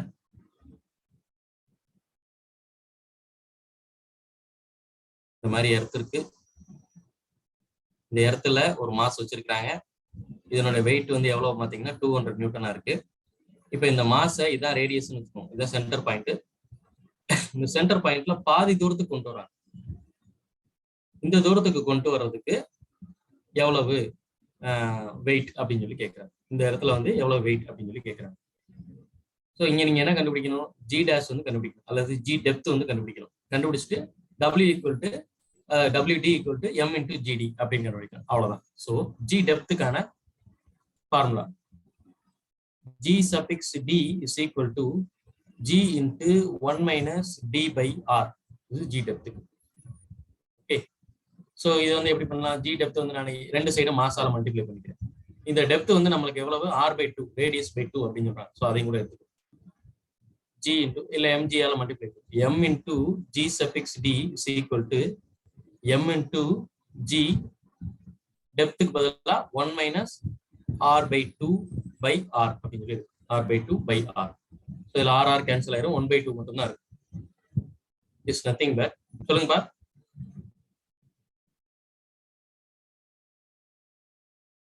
okay, mg multiplied by 1 minus R/2 divided by R அப்படிங்கிறது வந்து 1/2 அப்படின்னு சொல்லி. ஓகே, mgங்கிறது நமக்கு 200 நியூட்டன் தெரியும். ஸோ 200 1/2 1 minus 1/2 வந்து again 1/2 தான். equal to 100 Newton. அவ்வளவுதான். நான் தனித்தனியா கண்டுபிடிக்காம எல்லாத்தையும் ஒண்ணா கண்டுபிடிச்சேன். ஃபர்ஸ்ட் போனதுல என்ன பண்ணேன்னா GH கண்டுபிடிச்சு அதுக்கப்புறம் MG ஈக்குவேட் பண்ணி அப்படிலாம் பண்ணோம். ஸோ இங்க வந்து GDக்கு இதான் ஈக்குவேஷன். ரெண்டு சைடும் மாசால மல்டிப்ளை பண்ணா எனக்கு வந்து MGன்னு வந்து கிடைச்சிரும். இன்டூ இந்த டெப்த்துக்கு பதிலாக நான் R/2 சப்ஸ்டியூட் பண்ணேன். சப்ஸ்டியூட் பண்ணா டைரக்டா அந்த ஆன்சர் வந்துடும்.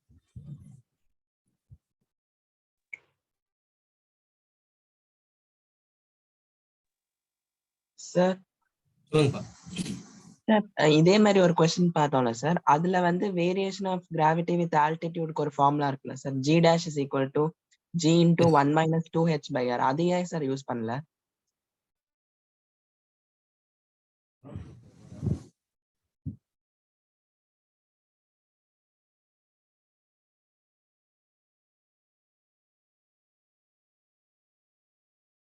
இங்க சொல்றீங்களா? Yes sir. இல்ல 2h/r வந்து யூஸ் பண்ணலாம். பட் அந்த ஈக்குவேஷன், அதாவது அந்த G into 1 minus 2h/r இது வந்து எப்ப யூஸ் பண்ணுவோம் அப்படின்னா, your height is very very very very less than r அப்படிங்கிற போது மட்டும்தான் இதை யூஸ் பண்ணுவோம். Okay sir.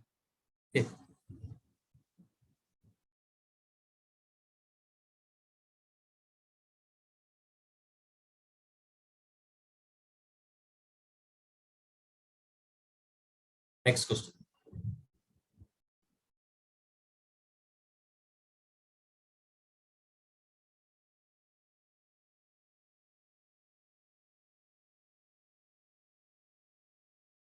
இதோட பாத்துக்கோங்க.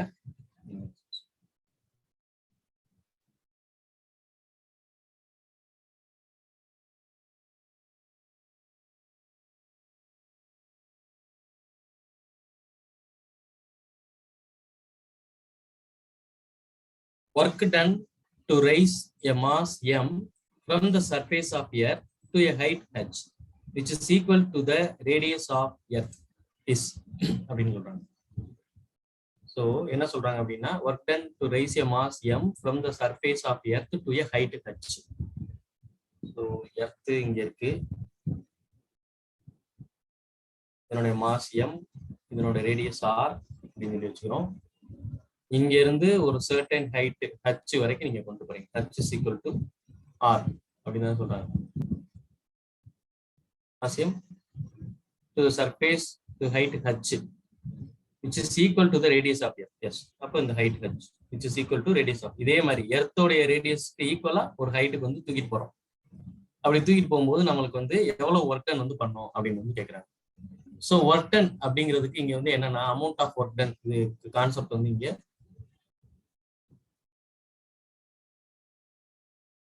amount of work done in moving a given body from one point to another point,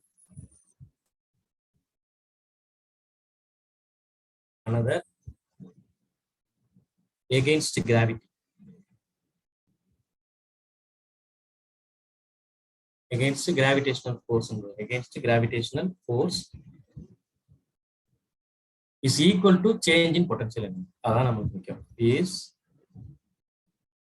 equal to change in potential energy. So change in potential energy கண்டுபிடிச்சிட்டீங்கன்னா work done வந்து என்னங்கிறது தெரியும். change in potential energy எப்படி கண்டுபிடிக்கிறது? ரெண்டு இடத்துல கண்டுபிடிக்கணும். u1 and u2 ரெண்டு இடத்துல. சே இதை வந்து நான் u1 அப்படின்னு சொல்லி வச்சுக்கிறேன். u1ங்கிறது இந்த இடத்துல இருக்கக்கூடியது வந்து u1, இந்த இடத்துல இருக்கிறது u2. அவ்வளவுதான். ஸோ நீங்க வந்து u2 மைனஸ் u1 வந்து போட்டீங்கன்னா உங்களுக்கு ஒர்க் டன் வந்து கிடைக்கும். இதுக்கு முன்னாடி பண்ணிருக்கிற ப்ராப்ளம் அதே மாதிரி தான் இங்கேயும் பண்ணுறது. ஸோ u1 வந்து இங்க எவ்வளவு அப்படின்னு சொல்லி பாத்தீங்கன்னா u1 is nothing but potential energy u1 is equal to minus g capital M small m by r, and u2 is equal to minus g capital M small m by r plus h, which is nothing but 2r. 2r. Okay. And u2 minus u1. Change in potential energy del u is equal to u final minus u initial, or u2 minus u1, which is nothing but minus g capital M small m by 2r minus g capital M small m by r. So ரெண்டையும் add பண்ணி minus g capital M small m by 2r plus g capital M small m by r. Mute பண்ணிக்கோங்கப்பா.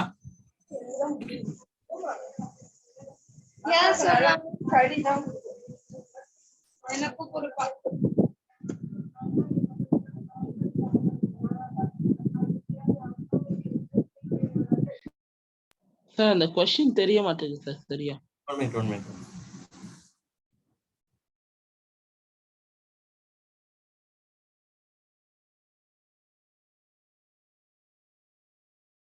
Yes.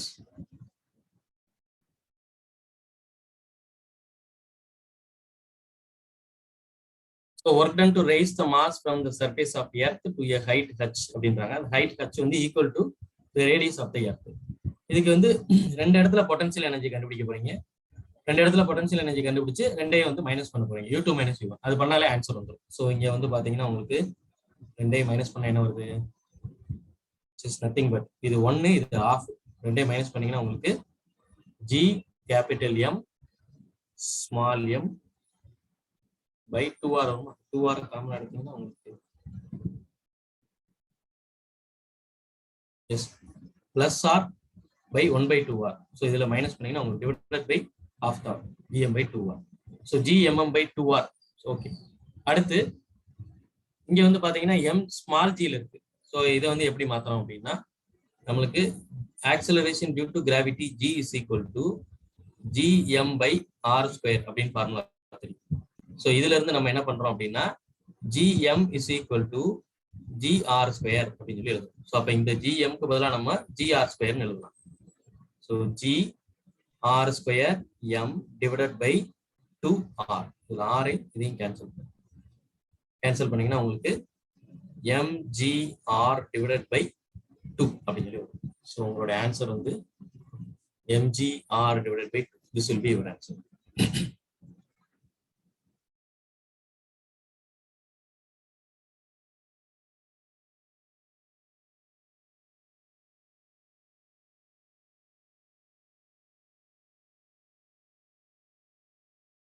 Sir, இந்த g is equal to gm by r square gravitational formula sir. ஆமா, இது acceleration due to gravityக்கான formula gm by r square. இதுல இருந்து இந்த capital gm க்கு பதிலா நம்ம gr ஸ்கொயர் அப்படின்னு சொல்லி எடுத்துக்கிறோம். அதை சப்ஸ்டிட் பண்ணி கேன்சல் பண்றோம். mgr by 2 அப்படின்னு சொல்லி வரும். This will be your answer. Okay sir.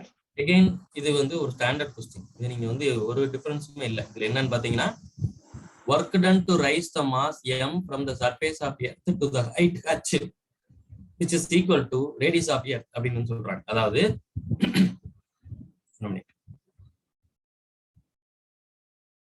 Earth இருக்கு, இந்த எர்த்தோட ரேடியஸ் 6, இங்க ஒரு மாஸ் இருக்கு. இந்த மாஸ இதே ஹைட்டுக்கு அடுத்து நீங்க கொண்டு போறதுக்கு எவ்வளவு ஒர்க் டன் அப்படின்னு சொல்லி கேட்டாங்கன்னா, இதே ஹைட்டுக்கு மேல கொண்டு போறதுக்கு எவ்வளவு ஒர்க் டன் அப்படின்னு கேட்டாங்கன்னா டைரக்டா நீங்க வந்து இதை ஞாபகம், அதாவது g capital M small m by 2r அப்படின்னு ஞாபகம் r g அதாவது mg r பை 2 இது ஞாபகம். ரெண்டுல ஏதாவது ஒண்ணு நீங்க ஸ்டாண்டர்ட் क्वेश्चन தான். இதுல ஒரு டேட்டாவும் ஒன்றும் புதுசா எல்லாம் ஒன்னும் இம்ப்ளிமெண்ட் பண்ண போறது. Work done to raise the mass m from the surface of earth to height h which is equal to radius of earth. So இதே ரேடியஸ் எர்த் ரேடியஸ்க்கே மேல ஹைட் கொண்டு போறதுக்கு எவ்வளவு work done? So gmm by 2r ஞாபகம், mgr by 2. Okay, and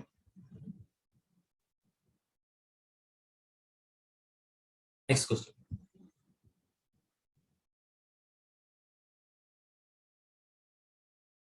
If the mass of sun were 10 times smaller than the universal gravitational constant, 10 times smaller, and the universal gravitational constant were 10 times larger in magnitude, which of the following is not correct? Which of the following is not correct? So, if the mass of the sun were 10 times smaller and the universal gravitational constant were 10 times larger in magnitude, which of the following is not correct? அப்படின்னா என்ன சொல்றாங்க? mass of the sun ms is equal to 10 times smaller. ms dash புதுசா வந்திருக்கக்கூடிய mass of the sun divided by 10. அதே மாதிரி universal gravitational constant g dash is equal to 10g அப்படின்னு சொல்றாங்க. அப்ப ஆக்சலரேஷன் டியூ டு கிராவிட்டி வந்து இங்க எப்படி இருக்க போகுது அப்படின்னு கேட்டீங்கன்னா நம்மளுக்கு g is equal to gme by r square அப்படின்னு தெரியும். gme by r square and one more g dash is equal to capital G me by r square. me or ms r square அப்படின்னு வச்சுக்கோங்க. g dash க்கு பதிலா நம்ம 10 g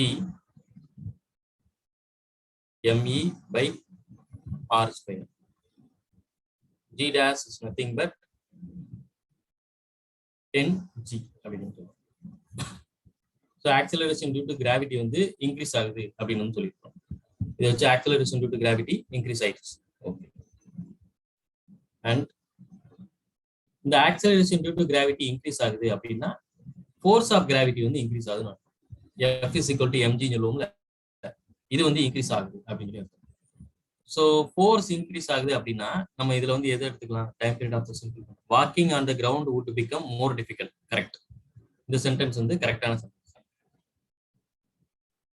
அடுத்து force of gravity increase ஆகுதுன்னா rain drops will fall faster. இதுவும் correct தான். Rain drops will fall faster.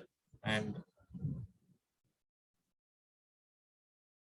G on earth will not change. Earth ஓட gravity வந்து மாறல. இதுவும் correct.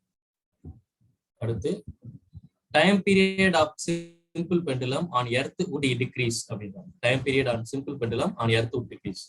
Time period of simple pendulum வந்து t is equal to 2 pi root L by G. So இங்க G மாறல அப்படிங்கிறதுனால நம்ம வந்து இது பிரச்சனை கிடையாது. T is will be proportional to 1 by root G தான். லென்த் வந்து கான்ஸ்டன்டா தான் இருக்கு. ஸோ டைம் பீரியட் வந்து உங்களுக்கு வந்து பாத்தீங்கன்னா டிக்ரீஸ் வித் இன்க்ரீஸ் வந்து time period of a simple pendulum on earth would decrease.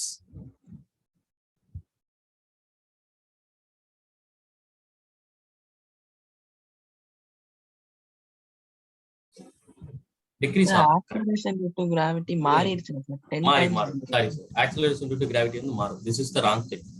So not correct அப்படிங்கிறது. அப்ப இதுதான் வந்து உங்களுக்கு கரெக்டான ஸ்டேட்மெண்ட். G வந்து இங்க டிக்ரீஸ் ஆகும். ஸோ டைம் பீரியடும் மாறும். ஸோ இதுவும் கரெக்டான ஸ்டேட்மெண்ட். ஃபர்ஸ்ட் மூணுமே கரெக்டான ஸ்டேட்மெண்ட் தான். இதுதான் ராங்கான statement. G on earth will not change. So G வந்து நம்மளுக்கு சேஞ்ச் ஆகுது. ஸோ அதனால இது மட்டும் தான் ராங்கான ஸ்டேட்மெண்ட். அவங்க கேட்டிருக்கிறது நாட் கரெக்ட். இது இன்னொன்று இதுவும் ஞாபகம் வச்சுக்கணும். Which of the statements is not correct அப்படின்னு சொல்லுவாங்க. நாட் கரெக்ட்ங்கிற போது கரெக்டான ஸ்டேட்மெண்ட்டை பார்த்தோம் டிக் அடிக்கணும், ஷேர் பண்ணணும்னு தோணும். அதனால ஃபர்ஸ்ட் கொஸ்டினை கிளியரா வாசிங்க. நாட் கரெக்ட்னா அதுல தப்பான ஸ்டேட்மெண்ட்டை மட்டும் ஷேர் பண்ணுங்க. இது எக்ஸாம் டென்ஷன்ல இது வந்து கண்டிப்பா குழப்பம். அதனால இது கொஞ்சம் கவனமா இருந்தது. ஒரு வாட்டி சொல்றீங்களா திரும்பி இந்த கொஸ்டின் சார்? என்னப்பா இந்த கொஸ்டின் இன்னொரு வாட்டி சொல்றீங்களா சார்? ஒண்ணுமே இல்லப்பா, இந்த நம்ம வேல்யூ சப்ஸ்டிட் பண்ணும்போது 10G அதே மாதிரி இந்த மாஸ் வந்து m/10 அப்படின்னு அவங்க சொன்னதை வந்து சப்ஸ்டிட் பண்ணும்போது நம்மளுக்கு ஆக்சிலரேஷன் டியூ டு கிராவிட்டி வந்து அதிகமா கிடைச்சிருக்கு. வேற ஒண்ணுமே கிடையாது. ஸோ இதுல மொத்தத்துக்கு நம்மளுக்கு G வந்து இன்க்ரீஸ் ஆயிடுச்சு. G வந்து இன்க்ரீஸ் ஆனதுனால walking on ground would become more difficult அப்படின்றாங்க. ஏன் அப்படிங்கிறோம்னா ஃபோர்ஸ் வந்து இன்க்ரீஸ் ஆகிறதுனால, F = mg இன்க்ரீஸ் ஆகிறதுனால கிரவுண்ட்ல வாக் பண்றது வந்து கஷ்டமா இருக்கும். இது கரெக்டான ஸ்டேட்மெண்ட் தான். G இன்க்ரீஸ் ஆனதுனால ரெயின் டிராப்ஸ் வந்து கீழே ஃபாலிங் வந்து அதிகமா ஸ்பீடா வந்து விழுகும். ஸோ இதுவும் கரெக்டான ஸ்டேட்மெண்ட் தான். அதே மாதிரி time period of the simple pendulum on earth விட்டு டிக்ரீஸ். G இன்க்ரீஸ் ஆச்சுன்னா டைம் பீரியட் வந்து டிக்ரீஸ் ஆகும். இதுவும் கரெக்டான ஸ்டேட்மெண்ட் தான். G on earth will not change. அது மட்டும் தான் தப்பான ஸ்டேட்மெண்ட். ஏன்னா G வந்து என்ன ஆயிடுது 10G மாறி. ஸோ அதனால இது மட்டும் தப்பான ஸ்டேட்மெண்ட். அதை மட்டும் மார்க் பண்ணிருக்கோம்.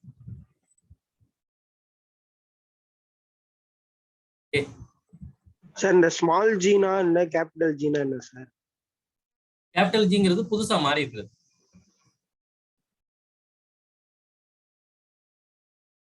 Okay sir. ஸோ இந்த G சொல்ல இது யூனிவர்சல் கிராவிடேஷன். கேபிட்டல் ஜிங்கிறது universal gravitational constant.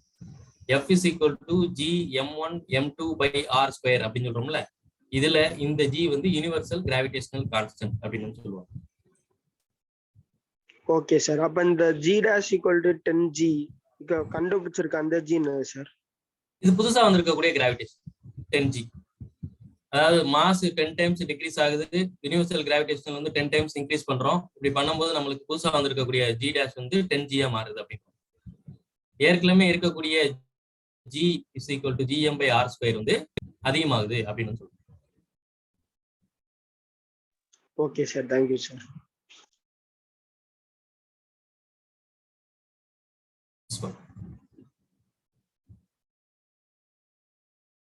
Escape velocity from the earth surface is v. The escape velocity from the surface of another planet having radius 4 times that of earth and same mass density is அப்படின்னு வந்து கேக்குறாங்க. So escape velocity பத்தி கேக்குறாங்க. Escape velocity வந்து compare பண்ண சொல்றாங்க. ஒண்ணுமே இல்லை. எஸ்கேப் வெலாசிட்டி ஃபார்முலா எழுதணும்னா என்ன வரும்? V(E) which is escape velocity √2gme/re. Okay, இதுல ஆர்ங்கிறது ரேடியஸ் ஆஃப் எர்த், எம்ங்கிறது மாஸ் ஆஃப் எர்த், ஜிங்கிறது யூனிவர்சல் கிராவிடேஷனல் கான்ஸ்டன்ட், விங்கிறது வந்து எஸ்கேப் வெலாசிட்டி.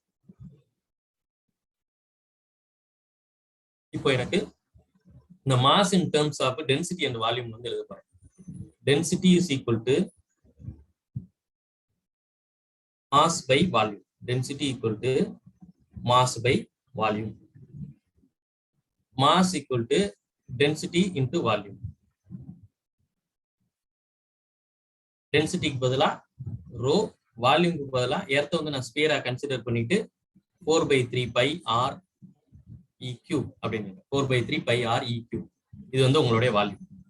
ஓகே, இதை வந்து இதுல சப்ஸ்டிட் பண்ணோம்னா எஸ்கேப் வெலாசிட்டி சப்ஸ்டிட் பண்ணோம்னா BE is equal to root of 2g rho into 4/3 pi re cube. So மாஸுக்கு பதிலாக நான் இதை சப்ஸ்டிட் பண்ணிட்டேன். 4/3 pi re cube whole divided by ரூட்டுக்குள்ள தான் இருக்கு, whole divided by re, whole divided by re. So இதுல எதெல்லாம் cancel ஆகும்? இந்த re-யும் இந்த re cube-ம் கேன்சல் ஆகும்.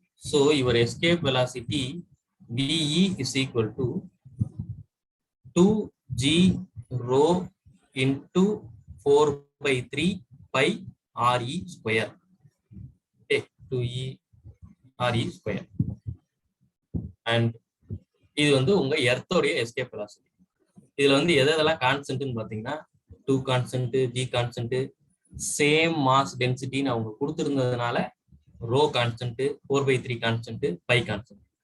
அப்போ VE is directly proportional to RE, root of RE square, which is nothing but VE is proportional to RE அப்படின்னு சொல்லுவாங்க. proportional to RE. அவ்வளவுதான். இப்போ இது வேற பிளானட்டுக்கு பாத்தீங்கன்னா அதுவும் அதே மாதிரி தான் இருக்கும். PP பாத்தீங்கன்னா இதே மாதிரி தான் வரும். 2g rho into 4/3 pi rp square அப்படின்னு சொல்லி வரும்.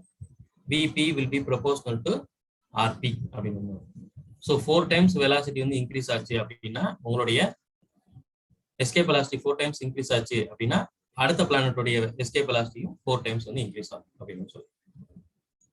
ஓகே, அவங்க சொன்னது வந்து இப்படி சொல்லியிருக்காங்களா? PE by VP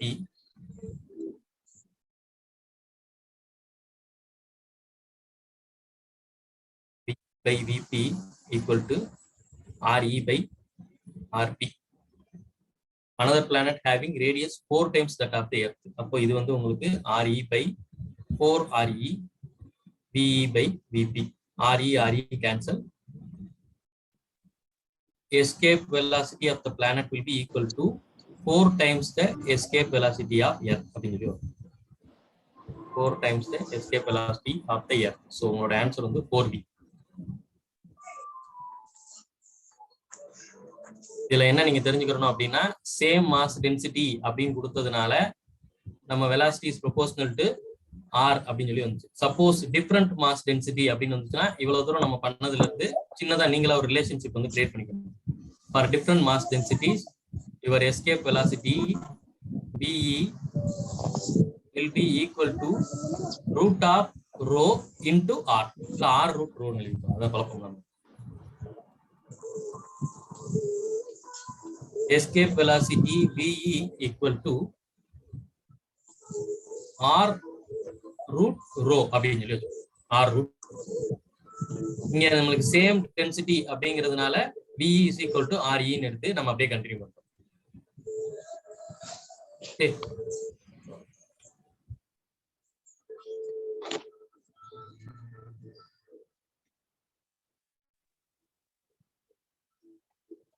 சார் சொல்லுங்க.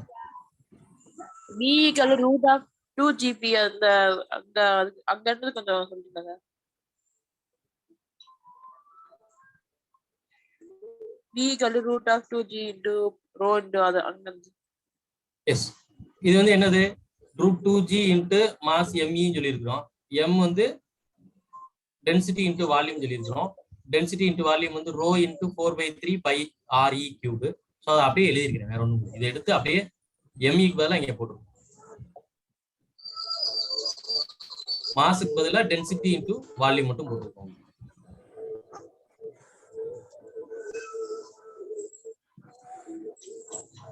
இந்த RE எல்லாம் சப்ஸ்டிட் பண்ணீங்கன்னா இது எதுவும் கேன்சல் ஆயிரும். இதுல எதெல்லாம் கான்ஸ்டன்ட் அப்படின்னு பாத்தீங்கன்னா 2 constant, G constant, 4/3 constant, rho constant. Rho இங்க வந்து சாரி பை கான்ஸ்டன்ட். ரோ வந்து இங்க சேம் மாஸ் டென்சிட்டி அப்படின்னு சொன்னதுனால நான் அதையும் கான்ஸ்டன்டா எடுத்துக்கிறேன். இன் ஜெனரல் இது அவங்களோட ரிலேஷன். இன் ஜெனரல் இது அவங்களோட relation.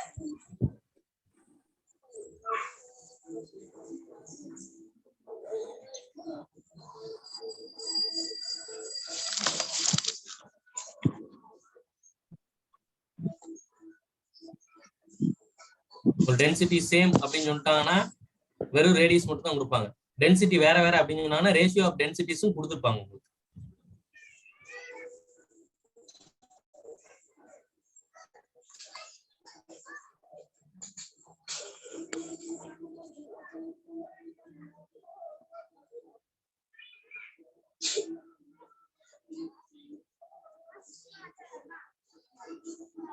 Next one.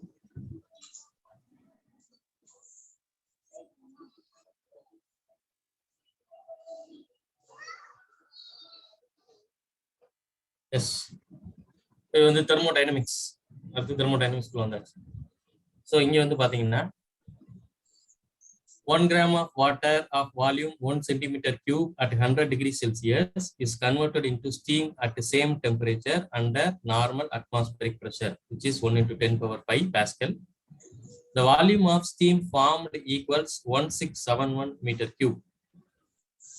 If the specific latent heat of vaporization of water is 2256 joule per gram, the change in internal energy is அப்படின்னு சொல்றாங்க. ஸோ இங்க என்னென்னலாம் கொடுத்துருக்காங்க அப்படின்ட்டு எழுதுனா ஓரளவு ஒரு ஐடியா கிடைக்கும். என்னென்னலாம் கொடுத்துருக்காங்க அப்படின்னா 1 gram ஆஃப் வாட்டர், சரி மாஸ் கொடுத்துருக்காங்க, மாஸ் ஆஃப் வாட்டர் கொடுத்துருக்காங்க 1 gram mன்னு வச்சுக்கோங்க. Mass of water m is equal to 1 gram. Volume of 1 gram of water equal to volume of 1 gram of water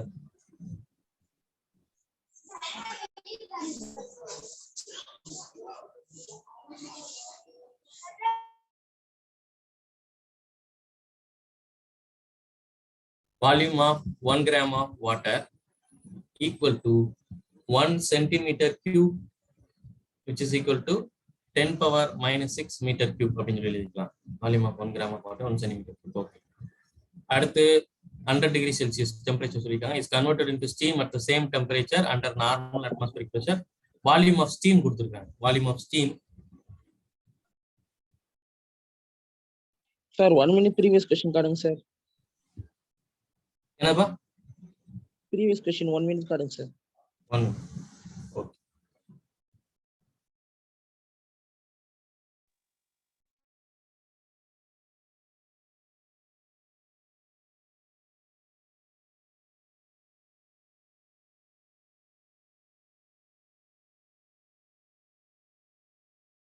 Thank you sir. And இதுல என்ன கேட்டிருக்காங்க அப்படின்னா, சரி என்ன கொடுத்துருக்காங்க அப்படின்னு ஒன்னா சும்மா எழுதுவோம். டேட்டா எல்லாம் வச்சுட்டு அதுக்கப்புறம் முடிவு பண்ணுவோம். வால்யூம் ஆஃப் ஸ்டீம் இருக்கு. வால்யூம் ஆஃப் ஸ்டீம் வந்து எவ்வளவு சொல்லியிருக்காங்க? which is equal to 1671 centimeter cube. So இதையும் நம்ம metre கியூபுக்கு மாத்திரம்னா 1671 into 10 power minus 6 meter cube. அடுத்து latent heat of vaporization அப்படின்னு சொல்லி கொடுத்துருக்காங்க. latent heat of vaporization னா L is equal to 2256 joule per gram அப்படின்னு சொல்லி கொடுத்துருக்காங்க. ஓகே, அது ஒண்ணு. அடுத்து என்ன கேட்டிருக்கிறாங்க அப்படின்னா சேஞ்ச் இன் இன்டர்னல் எனர்ஜி வந்து கேட்டிருக்காங்க. சேஞ்ச் இன் இன்டர்னல் எனர்ஜி. சேஞ்ச் இன் இன்டர்னல் எனர்ஜினா டெல்யூ வந்து எவ்வளோ அப்படின்னு சொல்லி கேட்டிருக்காங்க. ஸோ இதெல்லாம் எப்படி நம்ம கால்குலேட் பண்ணலாம் அப்படின்னு பார்த்தீங்கன்னா, நம்மளுக்கு இருக்கக்கூடிய டேட்டா வச்சுட்டு நான் வந்து ஃபர்ஸ்ட் லா ஆஃப் தெர்மோடைனமிக்ஸ் வந்து யூஸ் பண்ண போறேன். First law of thermodynamics nothing but del Q is equal to del U plus del W அப்படின்னு சொல்றோம். ஓகே, இதுல இந்த del W அப்படிங்கிறதுக்கு பதிலாக நான் P del V அப்படின்னு சொல்லி எழுதுறேன். P del V plus del U is equal to del Q. இந்த P del V அப்படிங்கிறதுல வந்து ப்ரெஷர் வந்து எனக்கு இங்க கொடுத்துருக்காங்க. ப்ரெஷர் இங்க கொடுத்துருக்காங்க. அதனாலதான் இந்த ப்ரெஷர் கொடுத்துருக்காங்க. சேஞ்ச் இன் வால்யூம் வந்து எழுதிக்கலாம். ரெண்டுலயும் வந்து வால்யூம் சேஞ்ச் ஆகிறதையும் கண்டுபிடிச்சிக்கலாம். ஸோ இப்போ del U is equal to del Q minus P del V போட்டோம்னா நம்மளுக்கு ஆன்சர் வந்துடும். del Q அப்படிங்கிறது வந்து latent heat of supply latent heat supplied ML அப்படின்னு சொல்லி போட்டுக்கலாம். ஏன்னா லேட்டன்ட் ஹீட் எனக்கு கொடுத்துருக்காங்க Q is equal to ml சொல்லி இதையும் கண்டுபிடிச்சிடலாம். ஸோ எல்லாத்தையும் கண்டுபிடிச்சோன்னா நம்ம சப்ஸ்டிட் பண்ணனால ஆன்சர் வரும். ஸோ ஃபர்ஸ்ட் del Q கண்டுபிடிப்போம். del Q is equal to ml அப்படின்னு, which is nothing but mass வந்து 1 gram multiplied by latent heat வந்து 2256 joule per gram, which is nothing but 2256 joule அப்படின்னு. Okay, அப்புறம் P del V வந்து கண்டுபிடிப்போம். P del V which is nothing but pressure வந்து நமக்கு 1 pascal அப்படின்னு சொல்லி கொடுத்துருக்காங்க. ஸோ 1 into 10 power 5 அதுவும் கொடுத்துருக்காங்க. 1 into 10 power 5. அதுக்கடுத்து change in volume. Change in volume வந்து எப்படி கண்டுபிடிக்கலாம் அப்படின்னா, here 1671 into 10 power minus 6 final volume, இது வந்து இனிஷியல் வால்யூம். இது ரெண்டையும் மைனஸ் பண்ணா நம்மளுக்கு சேஞ்ச் இன் வால்யூம் வந்து கிடைக்கும். So change in volume is nothing but 1671 minus 1 bracket close பண்ணிட்டு multiplied by 10 power minus 6 meter cube அப்படின்னு சொல்லி, அவ்வளவுதான். இதை கண்டுபிடிச்சீங்கன்னா உங்களுக்கு ஆன்சர். ஸோ இது எவ்வளவு வரும் அப்படின்னு கேட்டீங்கன்னா 1 into 10 power 5 1671 minus 1 வந்து 1670. அது ஒரு 10 power 0 சாரி 10 power minus 6 இருக்கு, இங்க 10 power 5 இருக்கு. ஸோ ரெண்டே இது பண்ணீங்கன்னா உங்களுக்கு வந்து 167 joules அப்படின்னு சொல்லி வரும். 1670 வரும். இது ஒரு 10 power minus 6, இங்க ஒரு 10 power 5 இருக்கு. ஸோ ரெண்டே மல்டிப்ளை பண்ணா உங்களுக்கு வந்து 167 joules வந்துடும். ஸோ எனக்கு 167 joules கிடைச்சிருச்சு, இதுவும் கிடைச்சிருச்சு. அதாவது P del V யும் கிடைச்சிருச்சு, del Q யும் கிடைச்சிருச்சு. அப்ப del U is equal to del Q 2256 minus 167 joule. 2256 minus 167 joules, which is nothing but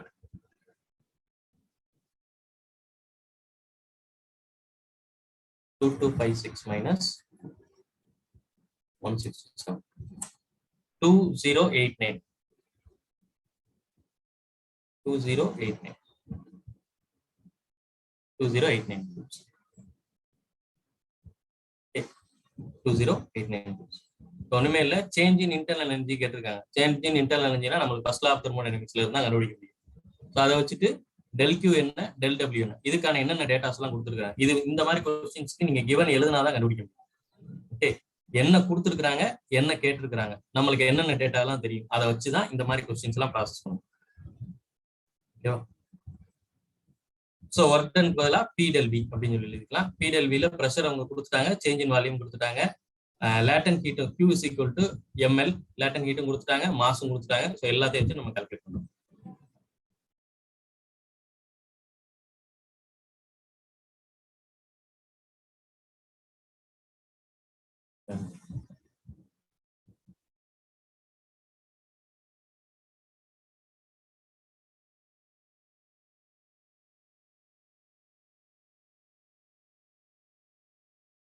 அடுத்தது இதே மாதிரி தான், சேம் ப்ராப்ளம். அதை கூட நீங்க ட்ரை பண்ணலாம். அது நம்ம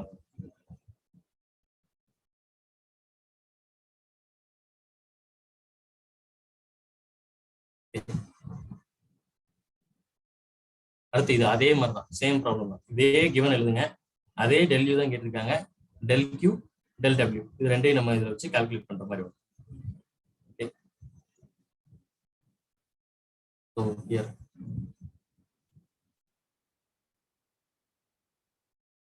del PV 166 வருதா, P del V 166 இல்லையே. இங்க பாருங்க, இது ஒரு 10 power 5, இது 1671 minus 1 வந்து 1670 into 10 power 6.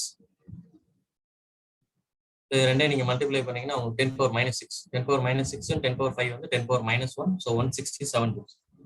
அது 166 ஒன்னும் நீங்க எவ்வளவு போட்டுருந்தீங்க, 16. ஸோ இது ரெண்டுக்கும் பெரிய வித்தியாசம் இல்லை, கண்டுபிடிச்சா இதான் வரும். 161 நோ ப்ராப்ளம். அடுத்து சேம் கொஸ்டின், இது அதே மாதிரி தான். ஸோ இது நான் பண்ண வேண்டாம், லாஸ்ட் டைம் என்ன பண்ணுவோம், அடுத்தடுத்த கொஸ்டின் என்னென்ன இருக்குன்னு பார்ப்போம். Easy question.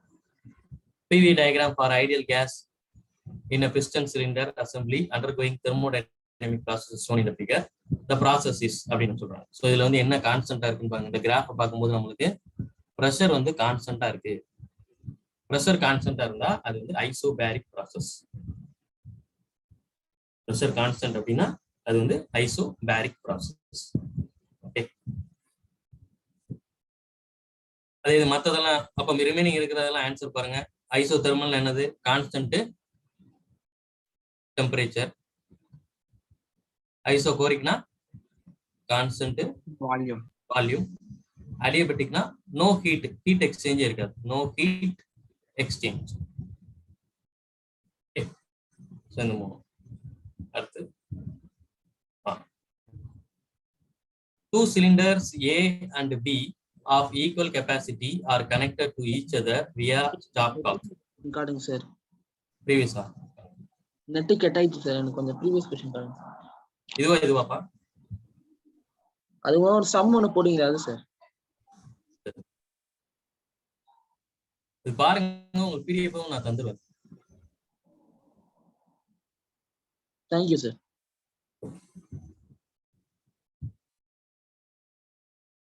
இது ஐசோபேரிக்.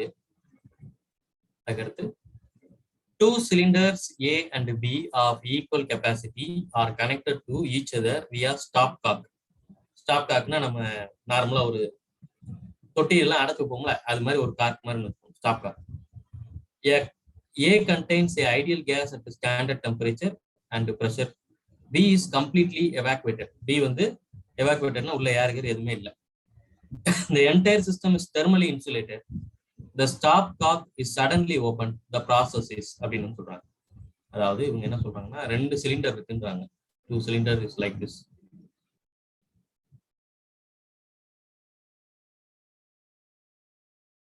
இந்த மாதிரி நம்ம வரைஞ்சிருவோம். 2 சிலிண்டர். இதுக்கு இடையில வந்து இவங்க ஸ்டாப் காக் வந்து வச்சிருக்காங்க. இந்த இடத்துல ஒரு ஸ்டாப் காக் இந்த மாதிரி வச்சிருக்காங்க. இது cylinder A and cylinder B. இதுல ஐடியல் கேஸ் இருக்கு. இங்க வந்து ஒரு கேஸும் இல்லை, எல்லாமே எவாக்குவேட்டட். கேஸே இல்லை, எவாக்குவேட்டட். இப்ப என்ன பண்றாங்க அப்படின்னா, இந்த ஸ்டாப் காக்கை ரிமூவ் பண்ணிடுறாங்க. A contains ideal gas at standard temperature and pressure. B is completely evacuated. The entire system is thermally insulated. The stopcock is suddenly opened. The process is அப்படிங்கிறாங்க. இதை சடனா ரிமூவ் பண்ணும்போது இங்க இருந்து இங்க நம்மளுக்கு ஐடியல் கேஸ் வந்து டிரான்ஸ்ஃபர் ஆகும். இது ஒண்ணு. அதுக்கடுத்து இவங்க இன்னொன்னு என்ன சொல்லியிருக்காங்க, the entire system is thermally insulated அப்படின்னு இருக்காங்க. thermally insulated அப்படின்னா இதுக்கு வெளியில ஹீட்டும் போகாது, உள்ளேயும் ஹீட் வராது. அப்ப இது என்ன ப்ராசஸ்? அடியாபேட்டிக். அடியாபேட்டிக். ஹீட் வெளியும் போகாது, உள்ளேயும் வராது. the entire system. So this process is nothing but adiabatic. பெருசா எவ்வளவு பெருசா கொஸ்டின் கொடுத்து இந்த மாதிரி இமேஜினேஷன் எல்லாம் கொடுத்துருக்காங்க. சிம்பிளா இதை மட்டும் இந்த ஒரு லைன்லயே நம்ம வந்து ஆன்சர் என்னங்கிறது கண்டுபிடிச்சோம். the entire system is thermally insulated அப்படின்னா ஹீட் வெளியும் போகாது, உள்ளே வராது. So the process is adiabatic.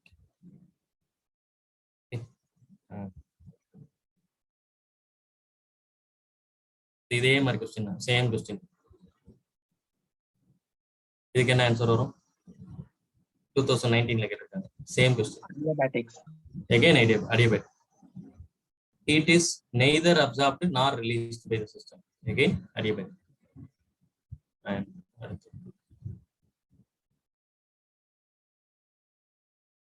so the efficiency of the Carnot engine depends on எதை பொறுத்து இருக்கும் அப்படின்னு சொல்லி கேட்குறாங்க.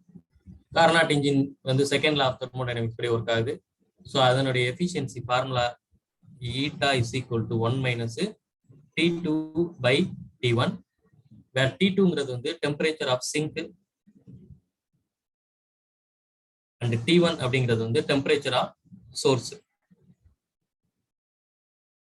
சிங்க் அண்ட் சோர்ஸ் அப்படிங்கிற பொழுது it depends on both source and sink.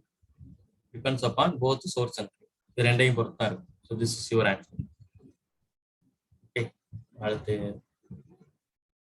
yes. இந்த question. Sir, previous slide sir.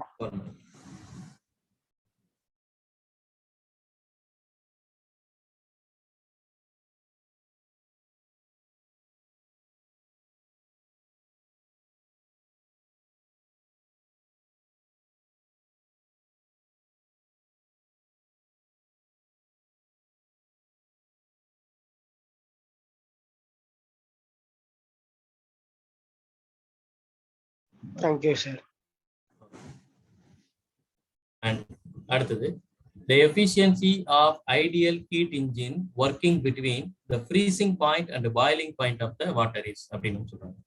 So ideal heat engine சொல்லும்போது நம்ம செகண்ட் லா ஆஃப் தெர்மோடைனமிக்ஸ் வந்துடணும். அதுல வந்து நம்ம என்ன சொல்றோம் அப்படின்னா, இப்போ நம்ம பார்த்த ஃபார்முலா தான், eta is equal to 1 minus T2 by T1.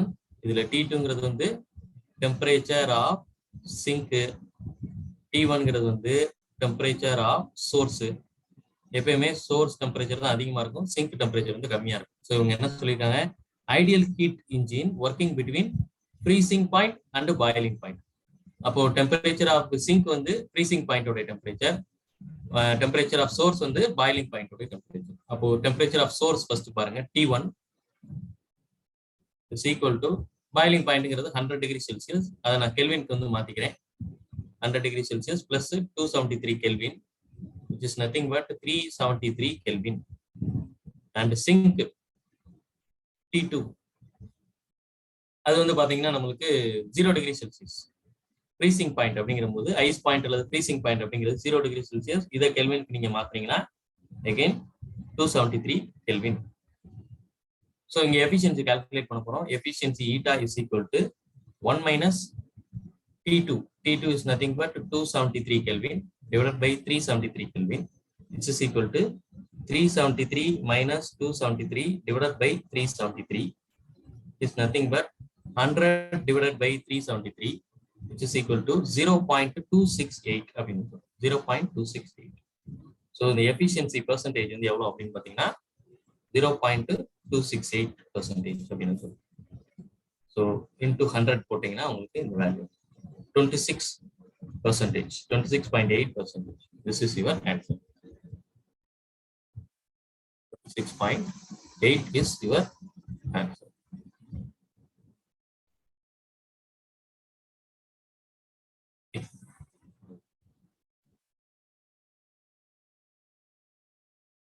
இதுல லாஸ்ட் இந்த இது மட்டும் ஹோம்வொர்க்கா எடுத்துக்கோங்க. எந்த சம்மு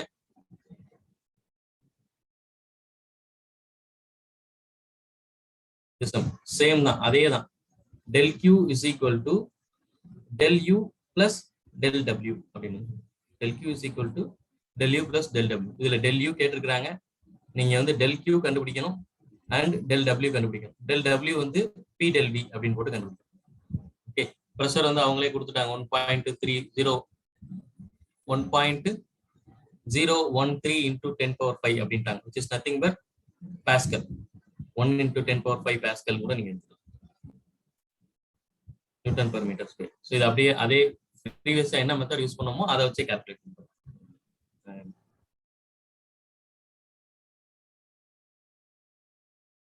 சார் கொஸ்டின் ஒரு நிமிஷம் காமிங்க சார்.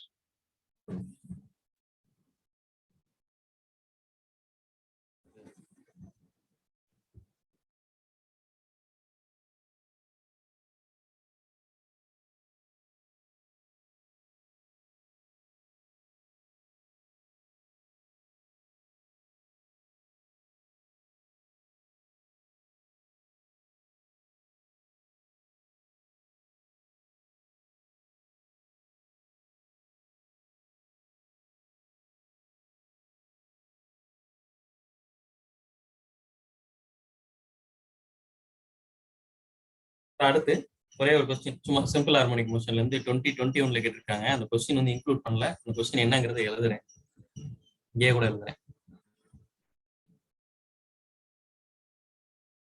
சிம்பிள் ஹார்மோனிக் மோஷன்ல இருக்கக்கூடிய கொஸ்டின், நீட் 2021 கேட்ட கொஸ்டின், சிம்பிள் கொஸ்டின்.